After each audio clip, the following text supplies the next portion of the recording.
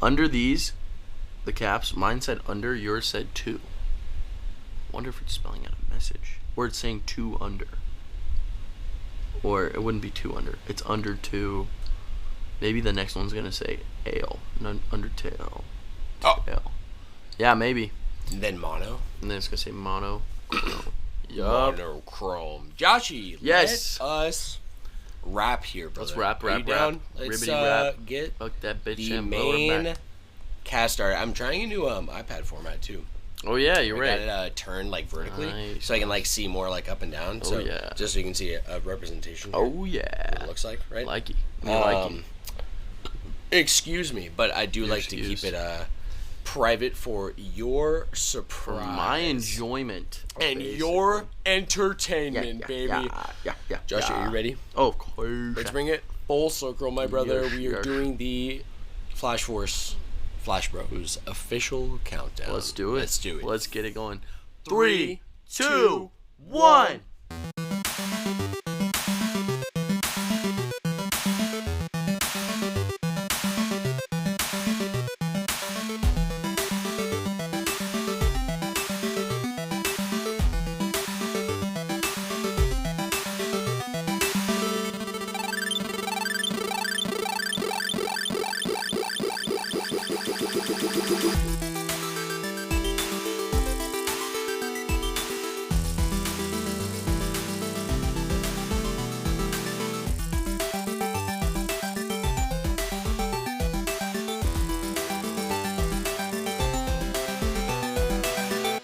What is good, my friends, and welcome back to another episode of the Flash Bros Brothers Podcast. Welcome in, everybody. Welcome in. It's episode 41 today. Yes, Joshy? Yes, it is. Let's plug all the info real quick. We'll start with it's season 3. That's episode 41 today, my man. And we're 41. recording Tuesday, June 4th. Would you look at that? Would you look at that? I love recording on Tuesdays, by the way. It's been a very nice change. It is nice. Yeah, it's nicer to like start off the week with it and have a break before, I don't know, like even though we don't have like the exact same work schedule, like, you know, you have more time split between like the cast and the weekend. Yeah. Right? Yeah, it's pretty close.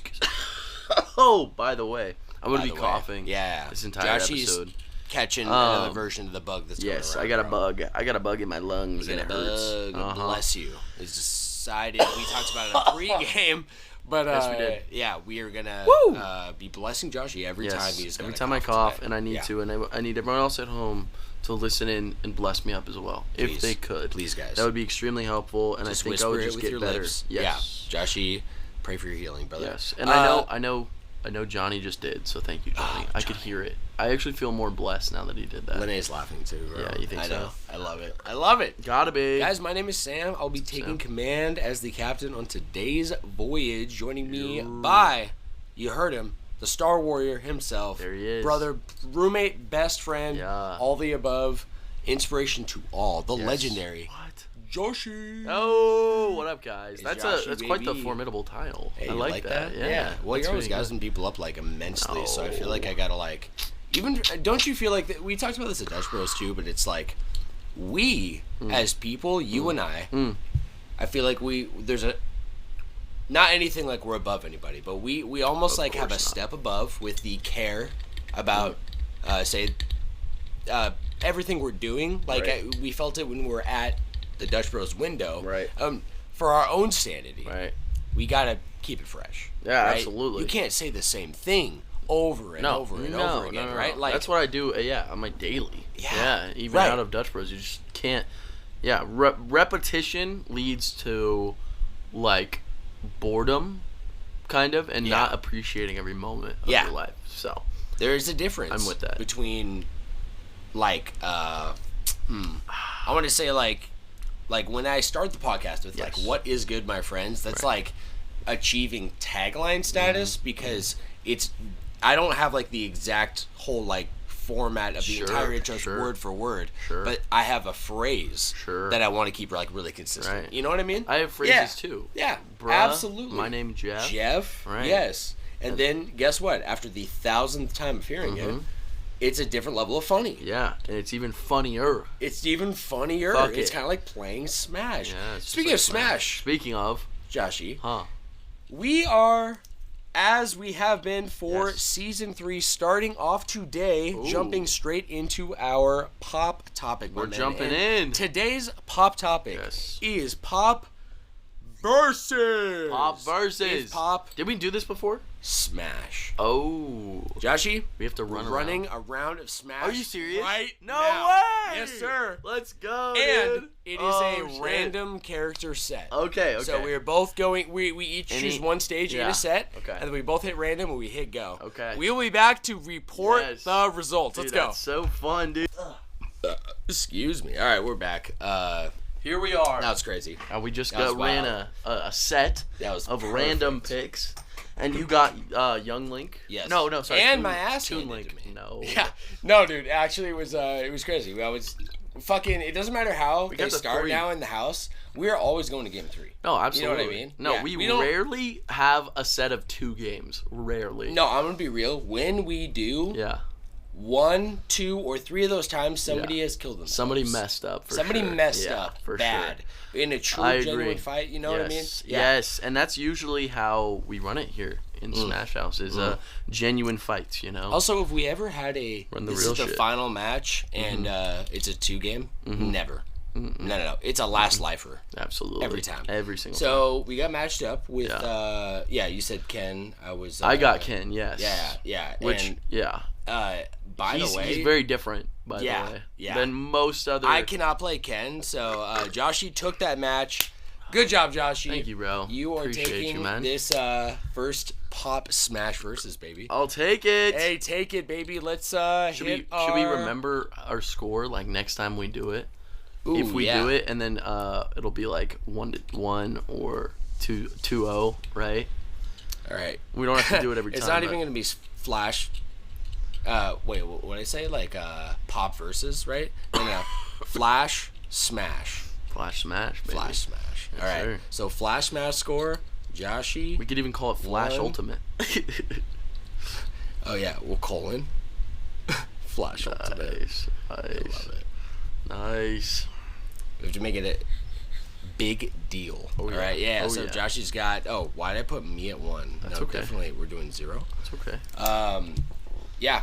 That was good. Should we run this like every podcast? I was gonna say it, but I mean that's up to you. That's up to you. I don't know however we're We have a feeling. round of Flash Smash. Yeah.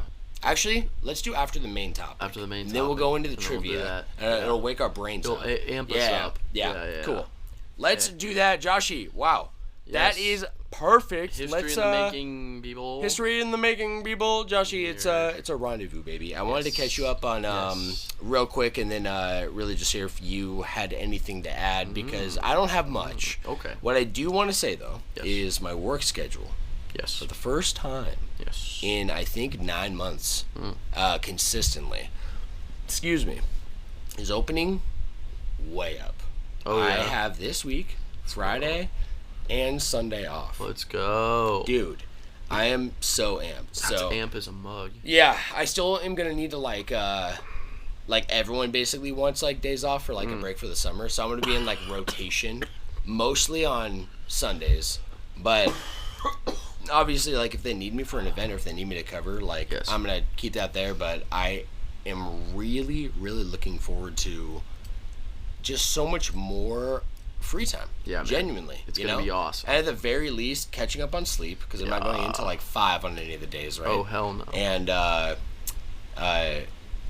stress, dude, just being so dramatically reduced, being able to Oh, yeah. reset. Oh yeah. And it feels like I've truly been like off the grid Yeah. for like those 9 months in a way I haven't before. Yeah, sure. You know what I mean? Sure, Like pretty yeah. like disconnected. Yeah, I hear it, man. Kind of like refreshing a lot of like just mindsets, priorities, like attention span. Holy crap, man! I'm a new man. Oh yeah. So I just wanted to say that means future redeemed. Nice. Prioritizing Let's that. go. I got Persona 3 Reload Yes. that I have to beat and Oh, play yeah. through. Oh, yeah. And I've got Final Fantasy 7 Rebirth. That's out, huh? It is. Oh, it has been. It has been for a little bit I actually now. haven't bought it yet. I was I knew that if I wanted to get it like right then and there, but Yeah. I knew I wouldn't be able to play it, and I didn't know when I would be able to. Right. And it's like there, but I do kind of think I want to. Ooh. What are you thinking? Well, Ken and I were playing Reload together, Persona. Oh, yeah. And she still wants to play it. So we just kind of like stopped it though for Paper Mario, which I'll get into in a sec. But Rebirth, I think is something I could just grind out my own. Maybe I can't believe there's 2 games, Reload and Rebirth, that you have to play. Yeah, isn't that crazy? And Future Redeemed. And they came out at the same time. Yeah, and Redeemed, bro. You're absolutely right. Yeah. So, Paper Mario. Yes. Still, dude, it is Loving it. fan-fucking-tastic. I'm not kidding. There's a, like, you're familiar with, like, that forest level? It's the second world. The dark one? Yeah, with it's like pretty the dark. Multicolored grass? Yes, and it's got white trees. Okay, Yep. in the remake... It's like white grass, too, and it's like... got like, colors in it. like little, like, bushes and like grass. Yeah. Right. Yeah. It is beautiful. Oh, yeah, it looks nice. The multicolor... It's crazy you say multicolored grass because that is the part that is like the most. I remember it looking out. nice even on the GameCube. Yeah, it looked What's the name of nice. it? It's called what the fuck is it just called? look up the Something second Woods. Why I'm thinking like Willow Woods. No, Bogley Woods. That's what it's called. What is it? Bogley Woods. Bogley Woods. Bogley Woods. Okay, Where you get Madame Fiori. Oh, who is a Madame cloud. Fiori. Yes. What are the clouds called, Mario? I don't know. I don't know if they are people. Puff? I think they're called puffs. Possibly. That is totally possible. Yeah, it's got like the multicolored grass and then the white bushes. Dude, in the remake, you know how like there's the reflective ground I was pointing out to you? It shines a rainbow as you move across the ground. Fire. It is beautiful. Looks good. And each step there is like a magical, like whimsical chime for every step that's taken. It is it's playing music as you're walking through the forest. Is there a different name for this one? Is it called HD? Thousand Year Door. It's HD? not. What's it called? It's just called Paper Mario: The Thousand Year Door. Yeah, another Nintendo naming scheme. Let's not change the name at all. You know what I mean? I don't think they've ever done that. I don't think that's ever been something. No, they definitely have. With what? What else would you? Fire Emblem. They did that. With what? Well, the first Fire Emblem was called Fire Emblem. Yeah. And then it was colon something in Japan, and so technically for us it would be translated to Mystery of the Emblem. Okay. And then when it was brought to America, North America, as I think the 7th or 8th title, the Game Boy Advance one, they called it Fire Emblem. And if you had no idea what the series was, it was almost like a reset. Oh yeah, but that's a translation, not a remake. It's not a remake, but why would they self-title it? Well, it's like Mother, you know. But that's a weird naming scheme. But that's not naming it the same thing, you know. No.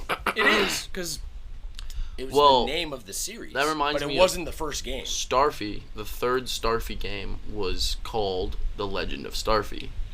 Or the Legendary Starfy, and it was the third game on the DS, and there were ones on the Game Boy Advance and all that. Were they called the Legendary Starfy?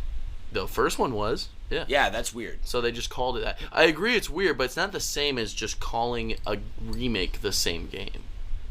Are you sure it's not HD? Are you sure. 100%? Yeah. 100%. I'm 100% sure. Let's bet $1 on it. $1? Yes. How about a flash score? What? What does that mean? That's going to affect the trivia. You're going to start with a positive or a negative. Your door. And I'm excited for the trivia today. Let's see. For reasons you'll never know. Looks like it's only until we get there. Wow, that's weird. I don't think they've ever done that, right? Isn't that dumb? It's kind of. So you're starting with -1. Actually, the trivia is going to be very fun. I'm very curious to see if you know any of this information.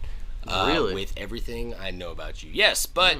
Josh G, the last thing I want to catch you up on before we dive into the cast is 7 Deadly Sins. Oh, yes. Yeah, Kendall and I just got to, I think we're at like episode like 21, 22 of season 4. So we're like 2 or 3 episodes from you're almost the done wrap. with the season 4. I pointed out to her, by the way, right before, because we took a break. We didn't mention that even on pregame, but I ate a Sammy, and we just like kind of chilled for like 45 minutes. But forgot. Kendall and I were talking, and I was telling her about the watch list. Did you send it to me, by the way? Yeah, I did. Okay, bet. Yeah. And she was like, "Oh, the movie," and I said, "Yeah." So, what we're gonna do is we're gonna go back to that episode, and we're gonna watch just the end of it, so I know where that episode ends. You don't really need to watch. You just need to know. Here's what I'll say. Okay. The importance of that being right after that episode is because that is the first time in Legend or of the Seven Deadly Sins. The Legend of Korra. In Seven Deadly Sins, when all the sins are together and have downtime, right? So that takes place right after. They're in the tavern, right? Yes, Gother gets his heart and is feeling better. And then Escanor is with them. Merlin is with them. Everyone's there. Everyone's together. And then everyone's here. And so it's right. It's right when that happens, and you can go into watching it knowing that's during that time. Cool. So I think of it like the day before when they celebrated the tavern, right? Yeah. How is this movie, by the way? Like out of 10. Oh, it's good. It's it's tough to say. If you like Seven Deadly, it's one of those movies where it's like the animation and the fights are so fire, and then they did a really cool thing where they hint towards something you don't learn till the very end of the show. They hint towards it like very early, way earlier than you should know, and at the very end of the movie. Yeah. And or throughout the whole movie, but you see it at the very end of the movie. It's nothing crazy. I'd probably equate it to like the My Hero movies. If you ever saw those, never did. Well, they're good. I always see those in theaters, and I would have seen this in theaters just because it's like an event. Yeah. You go and the Demon Slayer movie was fucking amazing. Well, that's very different because that's like an arc that they made from the manga. Yeah. And then the movie is like its own thing that happens. So it's not canon? It is canon. Yeah, because even the enemies that you see are the Four Knights of Black, which are, or not the Four Knights of Black, sorry. They're called the Knights of Black, which they mention and you see in the during the original Holy War. And they mention them, and you see like the characters. So you get to see like them. Oh, that's sick. Okay, because they got like released after the Ten Commandments. Yeah, obviously. So we just hit where Arthur Pendragon of Camelot hits his major scene with the Holy Sword. And I'm thinking two things in my mind immediately, bro. Yes. Especially watching it again and taking in a lot more. Dude, first of all, this is Avatar. Yeah. We have now introduced an Avatar element, okay? Which one? Which is like The Last Airbender. The element of, I'm instantly getting the knowledge and power of all of my past lives, right?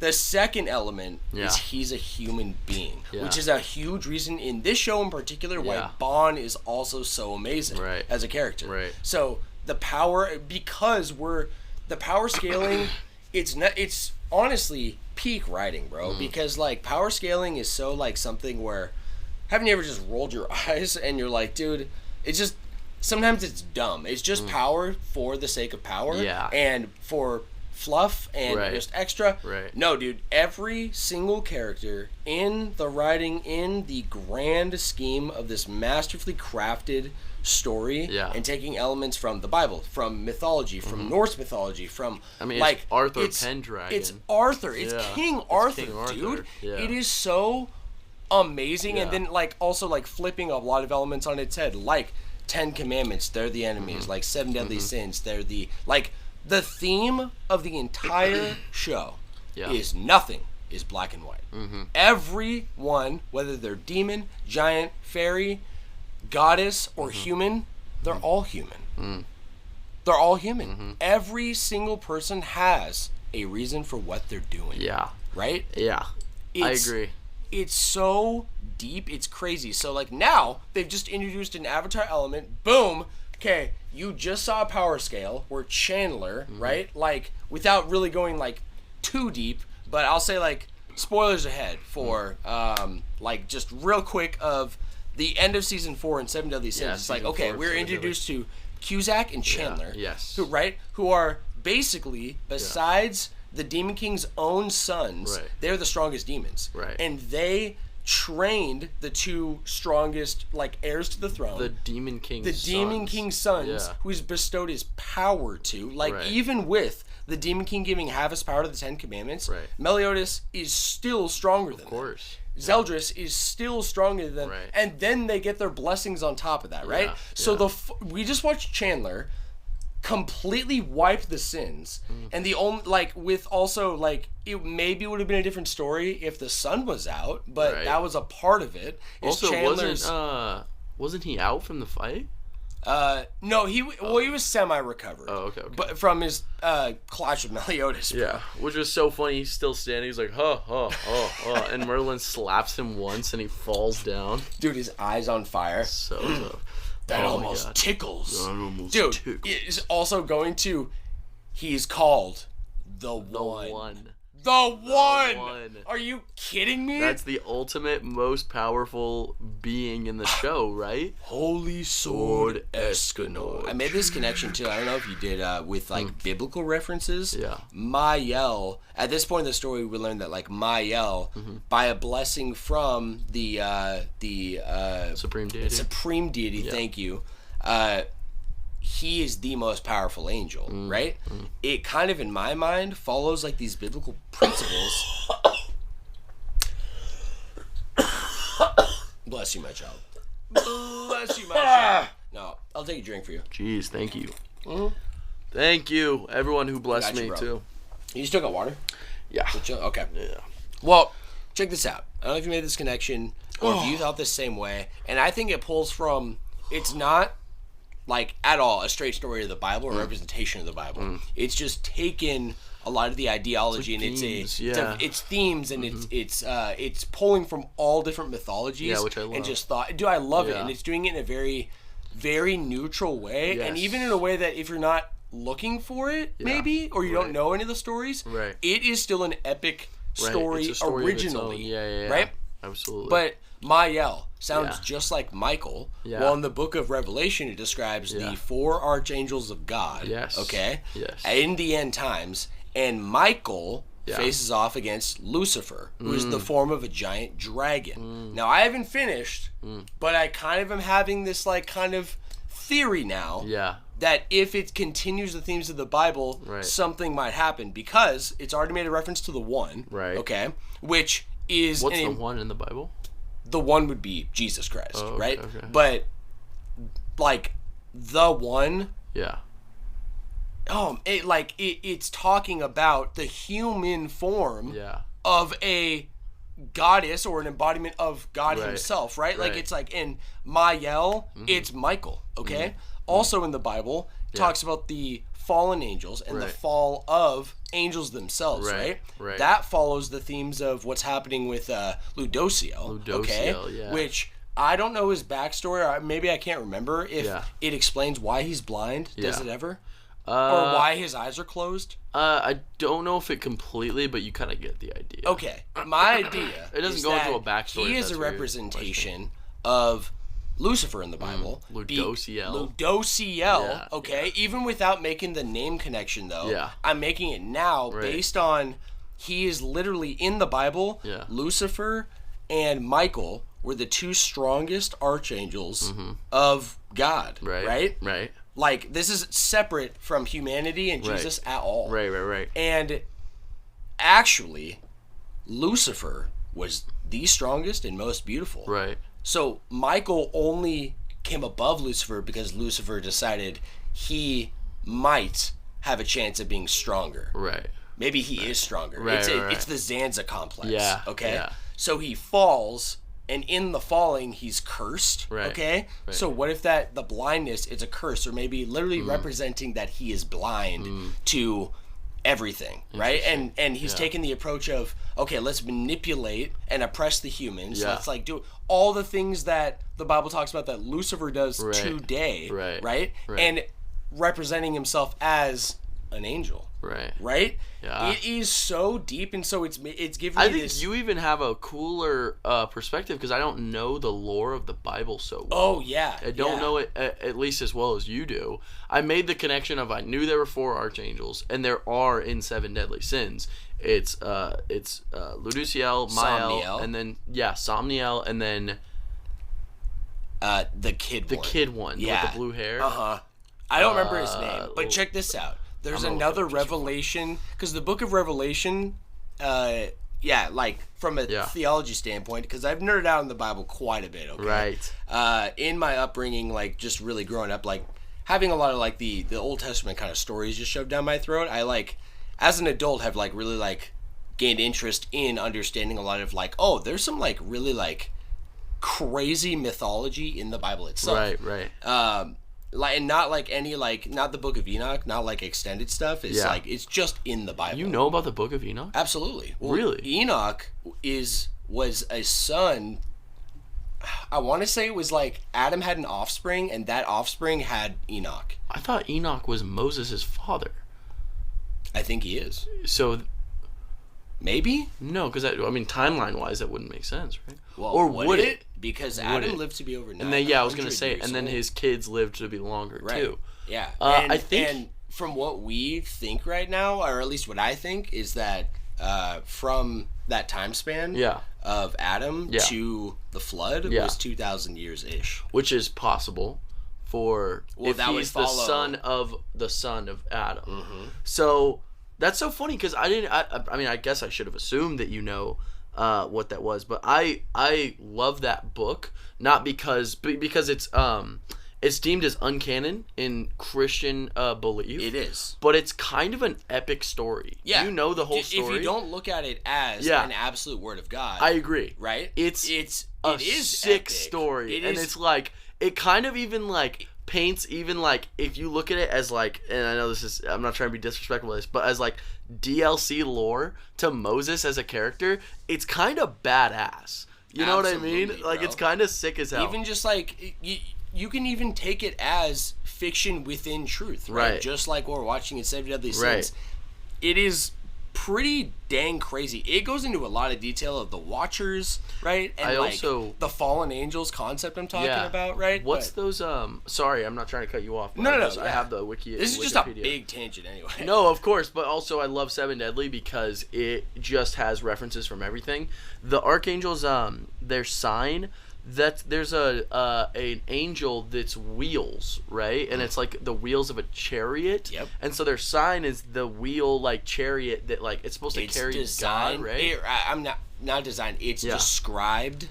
Yeah. As you're saying in the Book of Revelation. Also in the Book of Revelation is an angel that appears to have. This is the Book of Revelation. You have to know though is a man's dreams / visions. Of end times. Gotcha. So it's what he perceived from, like, it doesn't necessarily need to be literal, but you know how I would take the Book of Revelation. Yeah. Is the king? What's his name in 7 Deadly? King Elizabeth's father. Yeah. The King of Leonis. What is his name? Yeah, I know. You know what I'm talking about. I do know it. Okay, when it comes to so he has visions. Yeah. He has dreams. Right. And he knows when they're visions of, like, basically God, right? And in a way, the humans in 7 Deadly Sins worship the goddess race, right? So he's definitely of the religious type, or at least getting this this blessing of visionment. Right. That is the Book of Revelation. So it's not a exact tell. Yeah. But it is his interpretation. He's getting I'm just going to describe in detail what it is, and we can figure it out. So, bless you, my guy. Thank you. Chariot wheel is ascribed. You know what else is? Is an angel with 3 heads. Oh my God! It's like Somniel. No, that's Termiel. Oh, it's Tormiel. So Sariel is the little boy. Sariel. Yeah. So that's what I was gonna. That's what I was gonna say. So Ludociel's the leader of them after Mael is gone, right? Sariel's the little one, and then Termiel Tarmiel. Tarmiel Is the 3-headed angel.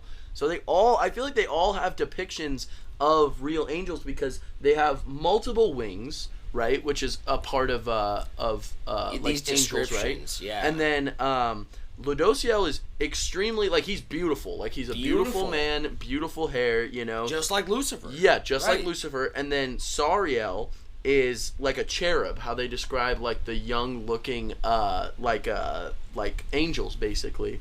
And then Tarmiel is, like, the 3-headed, like... Tarmiel. Yeah. Yeah. Which is so tough. And also...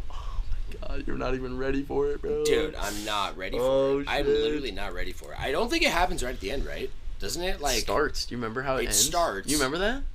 How the end of season 4 starts? I don't remember the exact moment. So I remember it I so know well that it's the transformation of Imamoba. Yeah. Yeah. Yeah, you're right. You know what So I the reason I remember that so well is because that's where, when I was watching it at the time, there was no season 5 yet. So that was where I ended, and I literally was like, I need to know, and I read the whole manga, and then I did the same thing. I read it again with my mom, because I showed it to her, and she was like, I need to know how it ends. I'm like, we could read the manga. She's like, yeah, let's read it. And she read it. We read it on a laptop together. Isn't that lit? So anyway, you don't have that manga, right? Is it even in English? Yeah. They finished the whole series. It's all printed into volumes now, but it's pretty far out. It's pretty far. Because literally, even what I have up to volume 8, which means 8 books, not 8 chapters, 8 books, and it's still like season 1. It's like right when Gother gets introduced in volume 8. Yeah. My original plan was to get all of them, but I think I'm just gonna get as many as I want, and then Do you want to add anything else? Because I am just saying. So peak. It's so peak, man. So peak. My theory. Yes. So my theory, without knowing the end, I don't want you to say anything, it's just a little spitball, Xenoblade style, is if it's following these themes, Mael, or in Escanor, the one, is going to sacrifice himself in some big way to take care of Ludociel. And there's probably a lot more and a lot deeper involved. That's a nutshell idea based on the idea of the one being a sacrifice, right? And I have another theory, which is that I vividly remember from when we left off, which it was like 2 or 3 episodes from the end of season 5. It was about 5 or 6. Oh, 5 or 6. Yeah, we were actually we had a little bit more that we needed to see. Okay, well, yes. I vividly remember knowing jack shit about the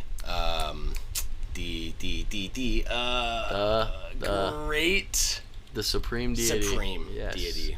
So, and my theory on her, because we know it's a her. Yeah, we do. It's Elizabeth's mother. Yes.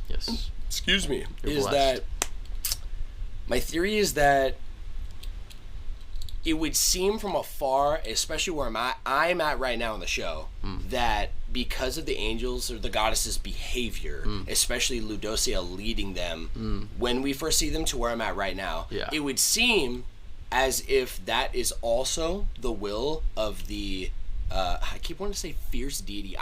Listen, it comes to my mind. I have to say no, fierce it's not, and then I'm at a blank, and I'm like, it's something deity, the supreme deity. Yes, I don't know why it's so hard for me to remember. Because of Zelda. It is, bro. What if my theory is that she is a representation of the God of the Bible, because if that would uphold, because I know nothing about her. I just kind of have this hunch and theory that what if she is the embodiment of love and free will? So she knew. What if she knew what would happen with, or that Ludociel at least would turn like that and even lead to so much death and destruction, but because she's the embodiment of free will and love, she let it happen. So here's what I'll say. Yeah. Because I love your thinking. Yeah. And I feel it heavy. What I will say, though, is that always expect the unexpected. Of course. And and also understand what you know about the characters already. Yeah. So with her, I will say, she fought alongside the Demon King against Meliodas and Elizabeth. But here's my... And decided to curse her own daughter. Yes. And her lover. Yes. Just eternal torment. Just like Adam and Eve in the book of Genesis. But working with Satan, though? Not working with him. Right. But what did we see her do, right? Okay, fight in terms of like a story, but what if, hear me out, it actually is, it's just judgment and hope for change, and it's forever, you know, like basically I'm saying like the curse that they endure, you know, that causes this big cycle that only therein they see, and only Meliodas truly remembers the whole time, right? Yes. Everyone else comes and goes, and all these change happens. And humans, you know, now they've gone through 3,000 years of, now they don't remember anything. They don't know anything that's going on, right? Absolutely. But Meliodas has this mission in mind. He has to do this, right? And to break the cycle, right? Like that is the goal, right? And what if the Demon King's mindset is this is permanent and whatever, and the Supreme Deity's mindset is I hope they get out of this. You know, I hope one day I hope this helps, because in this current state, I'm also seeing it as chaos and order, right? Light and darkness, balance, okay? That we need. We need the yin and yang. So if that's true, and the Demon King truly is just this evil hot wad, as he has been from what I've seen, that would mean she, in a huge way, has to be the opposite of that. But then why have a holy war? Is my question. But the holy war wasn't started by her. Says who? Well, Darieri and the rest of all the demon clan claim that the archangels, led by the Supreme Deity, that's exactly what I'm saying, are the ones that started the holy war. Ludociel, not the archangels the Supreme but Deity. They were fighting on behalf of her. So what I'm saying is that, yes, I see where you're going with that. I do. Yeah. But I will also say, it's a hard show to find trust in anyone.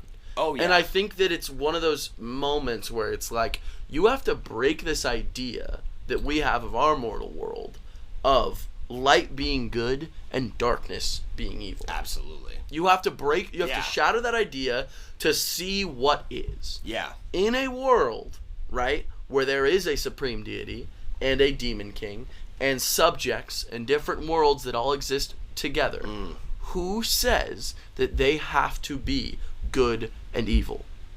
You're right. Who says that? No, that's all I'm saying. Expect the unexpected. Yeah. Always question. That's why it's that's the whole point. No, and that's why I'm with you. A game theory. Thanks for watching. No, and I'm not even trying to shoot it down. I'm just saying keep. Yeah. And I'm not even saying you're wrong. I'm saying keep questioning. I will. I will, bro. Even if you love like that it's sparking this kind of thought. Yes. Here's my last mindset change from the question of why would they be working together? Why would the Demon King be working with the Supreme Deity? Right. What if in that moment the Demon King is doing it out of anger, revenge, control, all those things, but the Supreme Deity is doing it out of justice. So they're doing it. I don't think there would be in a symbolic sense, but it's torture. I don't think there's justice in torture.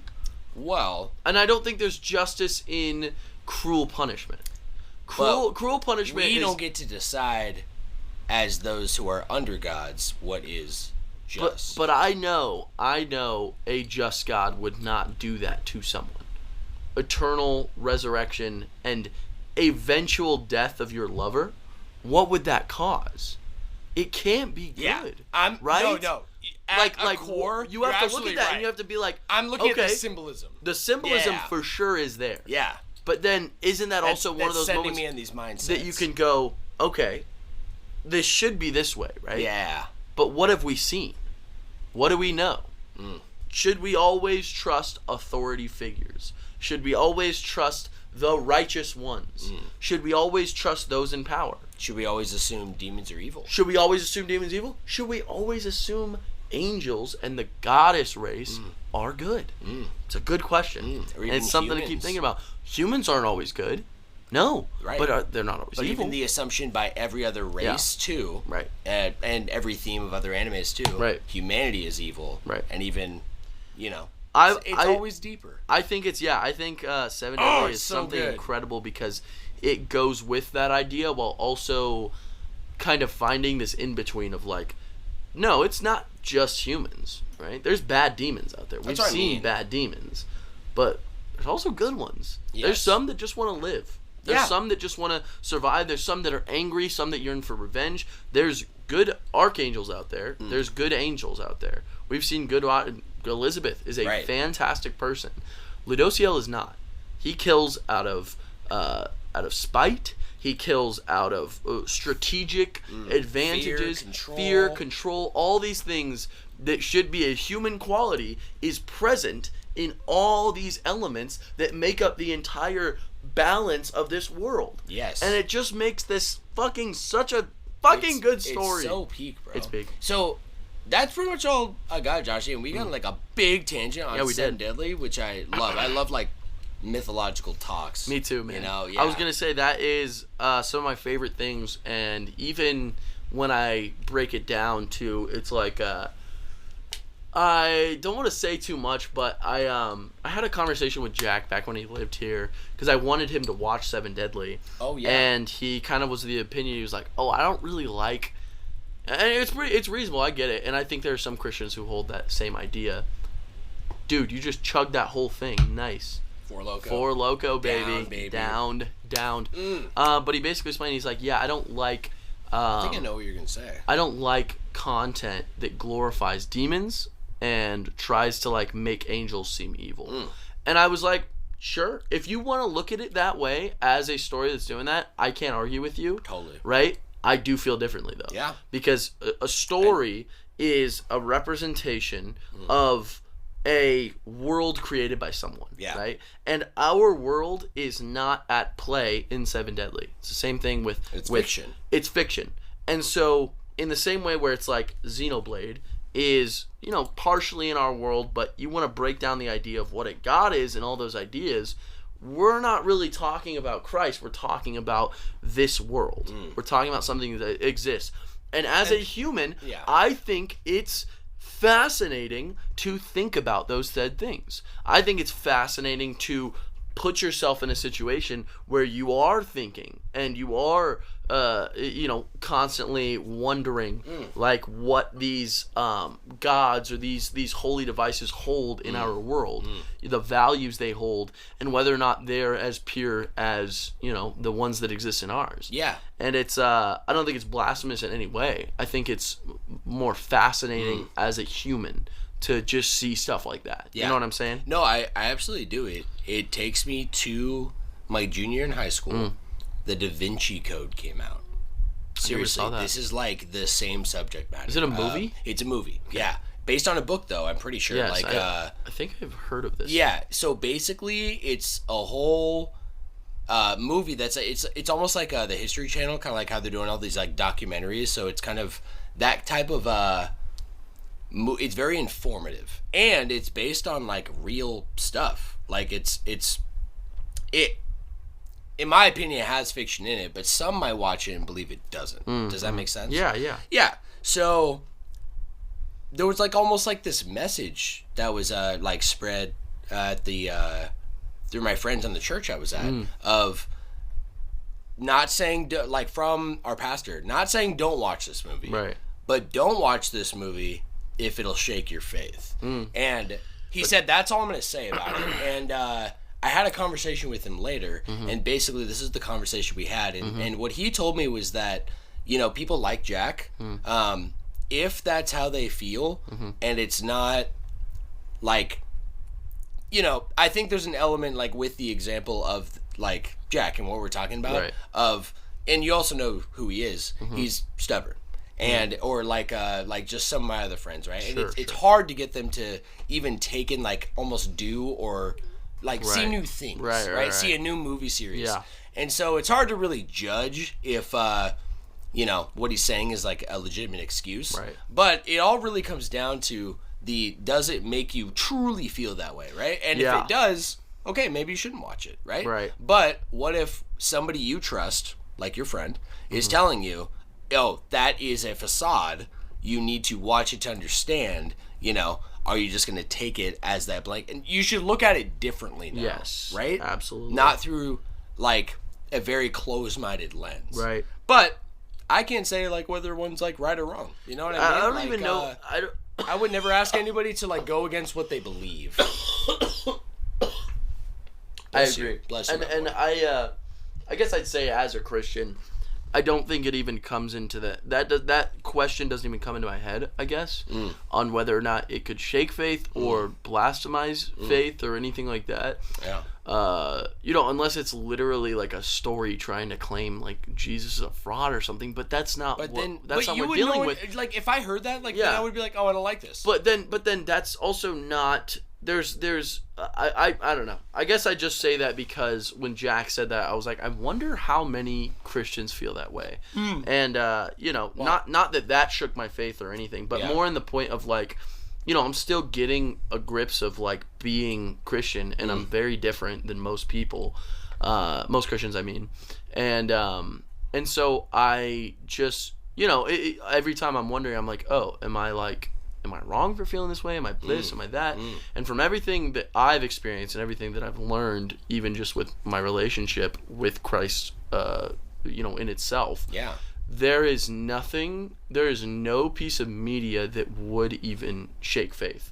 Even like one thing I like doing is like I like watching videos on the Bible. I like reading about the book of Enoch, even if it's not canon. Those don't ruin any kind of relationship because there's no literature that can, if you truly hold it. If maybe you just don't like seeing demons, if you don't like that stuff, sure, I can get that. Absolutely. But I also think I'm 100% with you, bro. I think fantasy is fantasy, and I think that God should be a part of fantasy because that is, that's the tale as old as time. Right. You create a world in your mind. The deeper it goes, the more complex and interesting it is for me. You know what I mean? So anyway. Yeah, no, I'm 100% with you. I don't even know why I brought that up. I don't even know why. That's just what dude. We've been talking about Seven Deadly for so long. I know, isn't that great? It's so good. The last thing I'll say is that yes, honestly, I think it like really just comes down to like we're talking really deep. Can we like make it even more simple? Like, okay, say you, Josh. You can't eat meat. Nobody can convince you that meat is good. Okay, let's make it even more like relatable, I guess. Seafood. There's a ton of people, they just can't do seafood. They don't like you know what? My girlfriend's one of those people. Yeah. I understand it. I love seafood. I wish they'd like open their mind up to seafood. Right. I wish like sometimes give a chance, but even when they give a chance, I already know how it's gonna go down, and it goes down like that. Right. I foresee it. Can't do it. And guess what? I get their seafood too. Sure. It's great, right? But can we leave it at that? Like, do you have to, Josh, eat the seafood even, or look at it, or like, can you be around the seafood to have a changed mind of is the seafood good? You already know that it's not good. Right. You can't stand it. Right. Or the other way around. Say you love seafood, right? I love seafood. Right. Nobody can convince me seafood's bad. Seafood's not good. Right. Yeah, you know what I mean? So, like, to me, it's a little silly in the same way you're saying, but let's make it, like, just really, like, simplified, right? I can go into a place that doesn't serve seafood, and I'll be fine. You'll be good. I'll be good. Yeah. I still will think seafood's good. Right? I'll be like, this is really, really good. But for me, seafood is a very high tier food on my list. It's probably the highest for me, I'm going to be honest. Dude, if you could choose between meat for life or seafood for life. Seafood for life. Done. No question. Done. I mean, meat, we're kind of like crab and like that kind of shit, right? Yeah. That's seafood. Yes. So yes, I would absolutely. Crab meat, dude? Because I also think it's so versatile too. Like, come on. Are you serious? Crab burger?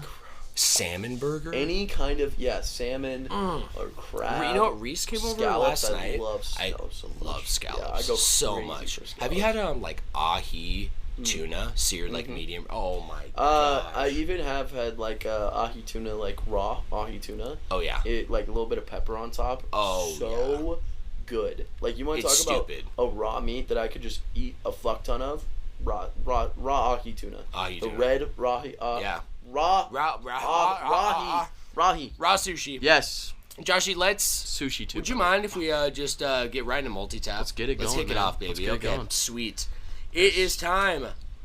My friends, my brother, welcome to the official Flash Brothers podcast. Right on cue, baby. Yeah.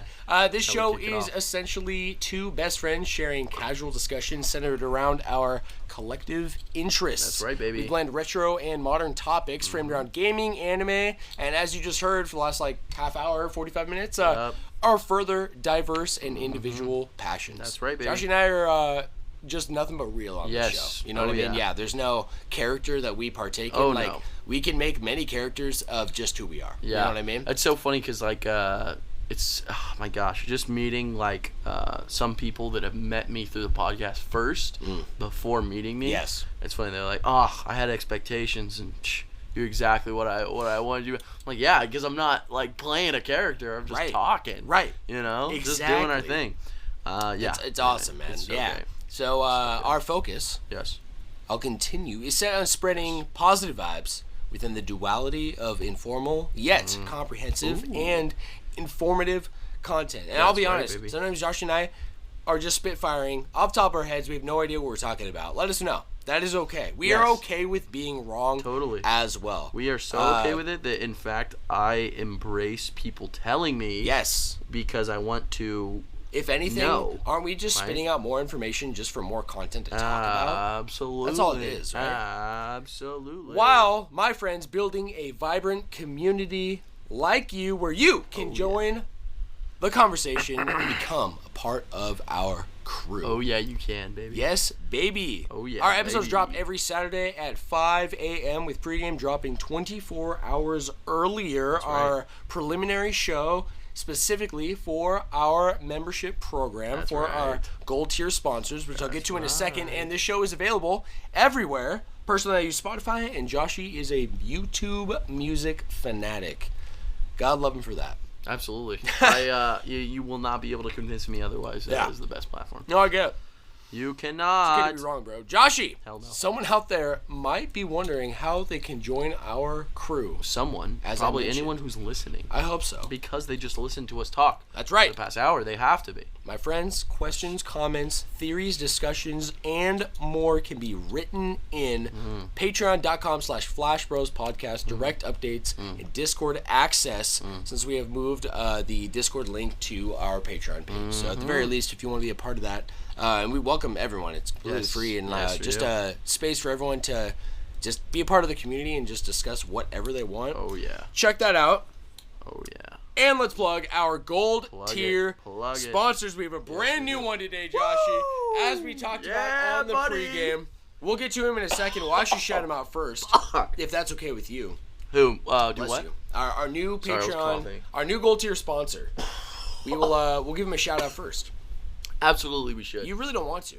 No, I would love to. I'm coughing, Sam. Right when he comes, I'm sorry, buddy. Cover. Yeah, just know. It's his spidey senses are tingling. You know what I'm saying? Yes. Yeah. Because this man is Azzy Huncho himself. It's Azzy Huncho himself. The man, the myth, the legend. Azzy, welcome aboard, my friend. Oh my God, I'm so happy you're here, I'm man. so happy he's in the gold tier. You know he's a part so of the beautiful. Crew. He's been aboard of the crew. And he is our 9th sponsor. 9 is crazy. Yes, with our Phantom 1 included, which would be Austin Bowman himself. He would be number 10. He would be. What number is...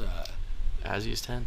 That's crazy. Yeah, Azzy's 10. Yeah. Yeah. I don't think so that's with a the coincidence. Phantom, no, Isn't that great? Azzy, did you hear that, buddy? Yeah. You are technically the 10. Even though you're number 9 on our list, you are the 10th gold tier sponsor. Gold tier sponsor we've had. Actually nuts, man. Yes. Meant to be. Nothing's an accident. So meant to Joshy, be. our benefits for our gold tier sponsorship include special recognition during each episode, as you just heard from Azarel Huncho himself. Access to exclusive content, including pregame, as we mentioned, and our Patreon posts for updates. The ability to DM us on Patreon to send your submissions directly, and we pretty much can respond to all questions at this point before we grow too big, and exclusive channel access within our Discord community server where you can just talk directly to Josh and I or just among other gold tier sponsors. So it's more of an exclusive lounge, if you will. That's right. A VIP lounge. It's a VIP lounge, and we get into the crazy, we do, the dirty, the nasty. Anything that we got a little nasty on today's. We did. That's what I'm saying. I mean, if you want to hear us, get into stuff that we don't normally talk about on the cast, yes, we get into it. Yeah, that's what we really got into it, man. There's some crazy stuff over on the Twitter platform right now. That's all I'm gonna say. Oh yeah. And my friends, a permanent membership lock in. Sir. You get to pay one price for your membership forever. And it will go up in the future. And so, like, whenever you hop on board right now, $5 a month, you pay that for life for all of our premium content. That's right, baby. But Joshy, what if I don't want to sign up for anything? You don't want to put your account into anything? Yeah. What if I?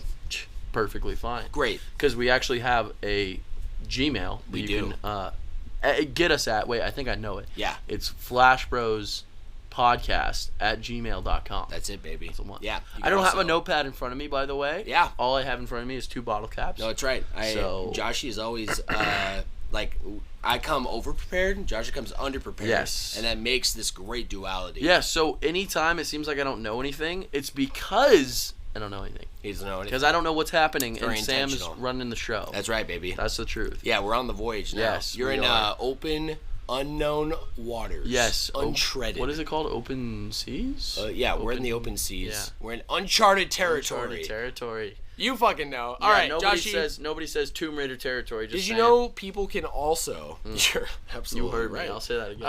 Yeah.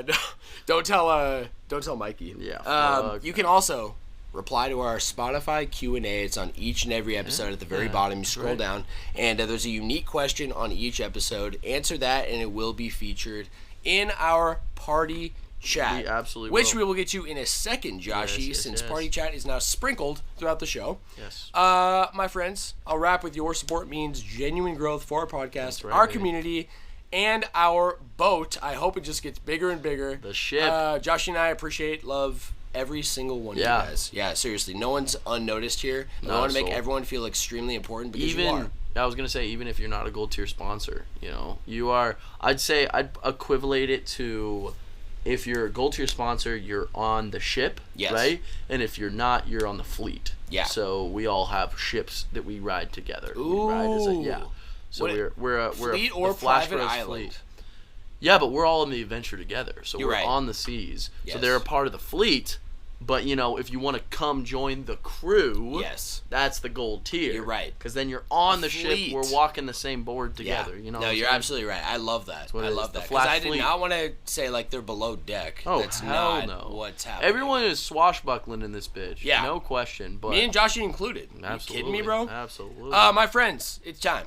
Yes, it is. Gold tier sponsors, our current Patreon subscribers. Joshy, let's start once again. Azarel Huncho. Oh, yeah. Yes, sir. Just a quick shout out. I might do this every single week because he's trying to push this as much as possible. He is on YouTube. Go check him out on YouTube. Another plug for this man. It's at AzzyXHuncho. I actually didn't plug him on this episode yet. You're right. I only did it on the but we're doing it on every episode. Yeah, I'm gonna do it. Every episode. I mean second plug because we always plug Sweet A. Oh yes, as well. Course. That's you what might as well plug right after this. Oh my gosh, yeah, say it right now. Who's our next Patreon sponsor? It's got to be Sweet A. Absolutely, yeah, part of the Flash Force as well, Sweet and our roommate. A. Yes, he is. Yes, he is. Our wonderful roommate. He does Twitch stream. So anyone who's interested, go check him out. It's at twitch.tv. Yes. / No, not / backslash or just one? Just one. One / I never say this, so this is why it sounds so rough. Twitch.tv / Sweet A. At Sweet A. Sweet AYEE. I don't know why I'm struggling with this. This is the hardest one. I don't know why I'm doing it. Well, I'll tell you why. It's because Azzy stole the spotlight. He did. He got the limelight. And we will. He did get the limelight for sure. But go check both those guys out. Ada's Twitch streaming, and they're both extremely talented. So, and the big inspirations for Josh and I both. Yeah, seriously. And if as he's really pushing, he wants to do, game related content while also sprinkling in Christian ideas. Oh wow! And if you're not even Christian, it's not in your face at all. Yeah. So I'm not surprised because that's how all of them talk. Anyway. Yeah, in the best possible way. Yeah. It seriously is, and it's just part of who they are. No, I mean they're the reason that I've even I was able to come around to my faith too. Not convincing, but just the way they're able to really talk. You know? Yeah, take a religious tone out of it. Don't you, when you're around a group of people and you're serving, like you were talking about in pregame, and you're getting told that you're making a positive difference on people just because of who you are. Right. You're exercising your beliefs and ideologies, whether you say it or not. Yeah. Right? Absolutely. Yeah, so that's how I like to think of it. You know? I like that. Yeah, like they are who they are, so God love them both. Seriously. And Absolutely. yeah, I echo everything you're saying, Josh. Thank you, bro. Let's continue our list. Keep it going. I'm going to go in a different, random order to follow our smash thing. Oh, man. All right? We got Sweet Queen. Whoa. Kendi. Whoa, Sweet Queen Kendi. That's right, baby. That's a tough ass name. Sweet Queen Kendi Corn. Kendi Corn. Yeah. Ooh, Kendi Corn. Kendi That's Corn. tough. Yeah. Shout out Kendall. She's so real. She's so She just real. rescued a cat. Oh, yeah. She was showing me pictures of a baby kitten she rescued. If that isn't Disney princess material, I mean, what is? That's right? what I'm saying. So, Yeah. I mean, and she's also She's at work, by the way. She's one she of the left people work. who helps support this cast more than most. More than most. Not only because she lets me stink up this room. Yep. With my putrid farts. Yep. And right? she embraces it. She embraces it. More than I do. And she always gets us food. Yep. She's always helping out.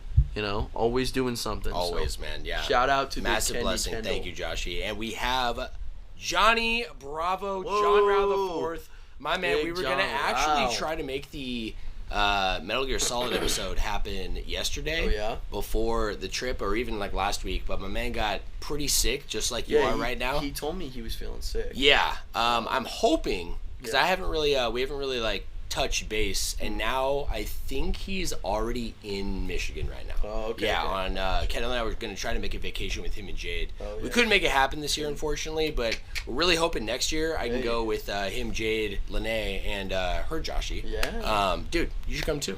That would be nice. Go to yeah. Michigan. I've never. Remember you were thinking about moving there? Oh yeah. Yeah. I want to go soon. I want to go to Kalamazoo. Kalamazoo. That's where my buddy Matt. I don't know where that is relative to this Think place. it's. I don't know either. Yeah. I don't know. I have no idea. Johnny, if you know, write us in. Let us know. Kalamazoo. Yes. Next on this list, also family, Lene Lovelady. Yeah. Our older sister. Our older sister. Yeah. God love her. Yeah. We had Superhero herself, of a course. return to work. The superhero herself. Yes, she finally came back to work. She was sick last Saturday. No. Everyone is sick, bro. Right? Everyone so is. she was sick last Saturday. Yeah. So I had a shift with just me and Mikey. And she was back this last Saturday. Everyone's sick. But we might as well, because we already said Mikey Yo. Sandoval of the Sandoval The 7. Sandoval. And you know who's going in with that Sandoval 7? Tayden. Tayden Yes. Sandoval. Welcome Yes, in, he brother. is. What's up, We guys? love you guys. We love you so All much. family here. Huge fan. Speaking of family, Yes. Daddy Mike. Hey, Big Daddy Mike. Big Daddy Mike. my Mikey man. Sims. Yeah, the man. welcome back, he, brother. He gave birth to me. That's right. That's actually what he did. You know what? 24 years ago now. 24. Actually, Isn't that yeah. crazy? It is wild, isn't it? Love you, Dad. Thank you so much for supporting us and letting us follow the dream, letting it be alive. Because what else would you want That's what I'm saying. from a parent besides the support of your dream? Nothing. Right? You can't ask for Yeah. anything else. And Josh, gave birth to me. Oh, Mama Annie. I thought you were gonna say Mikey Sandoval, but Sandoval 7. No, it's Make you Mama the Annie, my Sandoval man. 8. Do you need to enter a call? It is Azzy Huncho, actually. We should probably I gotta pee anyway. Yeah, let's Yeah, do it real perfect. quick. The ways in which you've jeffed to bruh. You want to crack these to get us started? Yeah, you're ready. All right. 3, 2, 2, 1. Oh, Weak. weak. So weak. It's because the blacktops are back. I know. Back last week. We were back to the normal. We are back, baby. And now we are back. Literally and And now we figuratively. literally are back. I just won my second round of Pokemon catching. Oh, did you say Arbok? Arbok? No way. I did. I Joshy. love Arbok. Yes. We also have a special shout out Yes. to Donald Duck. Oh, Donald D. Donald D. Can I tell you something? Yeah. That I just found out. What's that? I don't think this is the case, but I have been wondering who Donald Duck is since we started the podcast. Obviously. He's been subbed this entire time. Yep. He is an avid Patreon sponsor. We shout him out every single time. Yes. I just found out that Pops, Big D, that Gabe is always talking about, his name is Donald. Gabe's dad. I'm not saying that's who it is. It's the only Donald I could think of, and I found out his name was Donald recently. I was like, "There's no way." But I'll mention that is a crazy coincidence. Can I ask you something? Yes. I don't know anything about Gabe's dad. You've seen Donald Duck's photo. I have. Right? Would that photo match his dad? I actually forgot about the photo. I would say probably not. Now that I think about it, but then who is it? I'm convinced that's the closest we have come to solving the mystery. I think it's just Donald Duck. I think it is just Donald Duck himself. At this point, you know. Yeah. We have 2 shout-outs here for the additional members of the Flash Force. By the way, Johnny is also a part of that Flash Force. Well, of course. Having officially been a part so of is an episode. Sweet A. So is Sweet A, yep. We have Baywatch Brad. Oh, do we say Dorian? No. We gotta say more Dory. He was in the 3rd episode. We do. Wasn't he? I gotta add him in. Yeah, more Dory. More Dory as a part of the Flash Force. More Dory. And Baywatch Brad, who is Shadow Buddy. Little shout out plug for his handle over on like Instagram, anywhere you can listen to music. Shadow Buddy or Shadow Buddy Music. He does all the music for our podcast. And Demon Hunter Caleb, an additional co-host to the show and a big part of the backbone to this podcast well before it was conceived. Huge shout out. Speaking of Caleb, yes. I have a party chat. Oh, right quick here for you, Joshy. From Caleb? Yes, from episode 40 on Spotify's Q&A. Nice. Check that out, my friends. It asked, will you be picking up the remake of Paper Mario? That's a good question. The 1,000-Year Door. And what did he say? He said, yes. Ooh. And I quote, controversial. Because if I don't, Sammy will end me. That is also true. Probably the most true part of getting Paper Mario 1,000-Year Door. You know how much I've raved about it to you. Of course. Did you know that Caleb and I have been friends for like 12 years? Oh, that's such a good point. So I have been raving about it to Caleb. For years. And now I'm pretty convinced he said to me one time, you know, if it ever gets remade, I'll probably play it. Well, it sounds like he has to.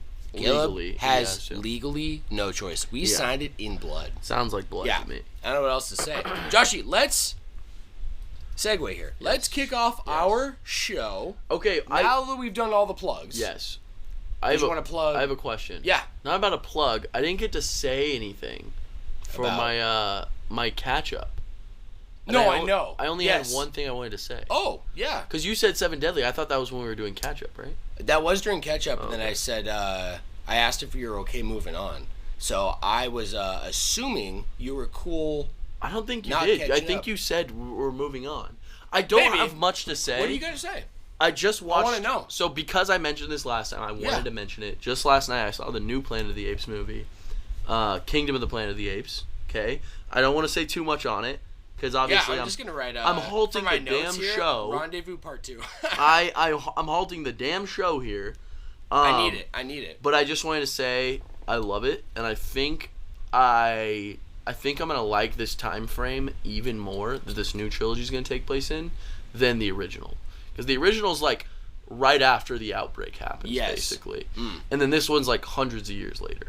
So it's almost like got that Xenoblade vibe of like, even the history of people, like no one really knows what happened, really. And it's just so cool. Yeah. It's so cool. And I recommend everyone to go see it.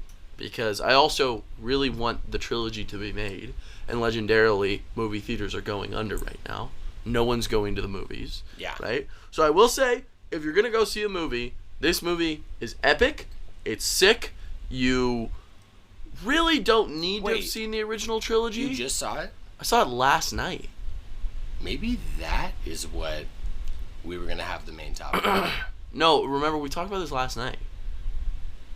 No, you're right. Yeah, and then I didn't remember, and then Yeah.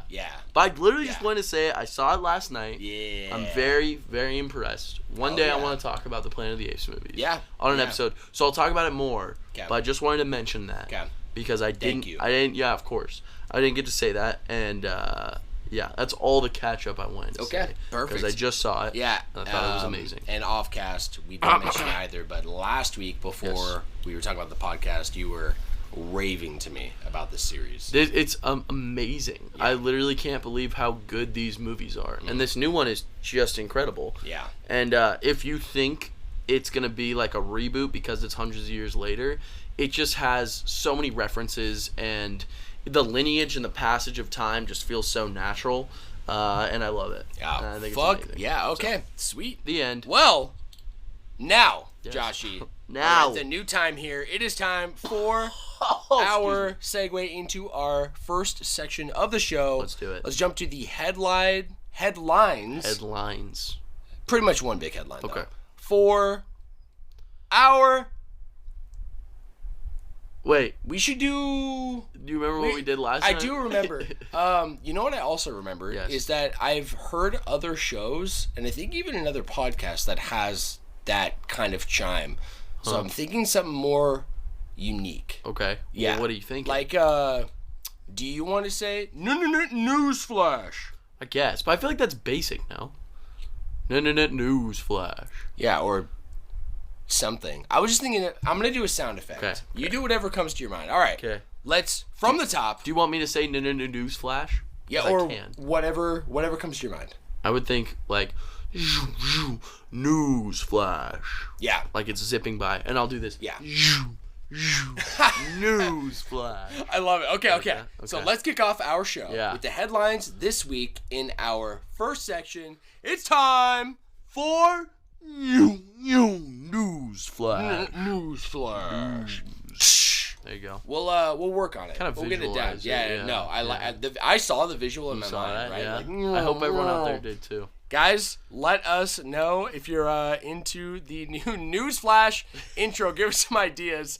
Our forecast, Josh. Comment. Let's start Yes. with today. Yes. It is hot. I don't know if you noticed. I don't know. But the AC has been kicking on a lot has, today, yes. which it was set to 80 earlier for it kicking on, and it kicked on over and over again. So I have it set lower now with the see. fan on full blast.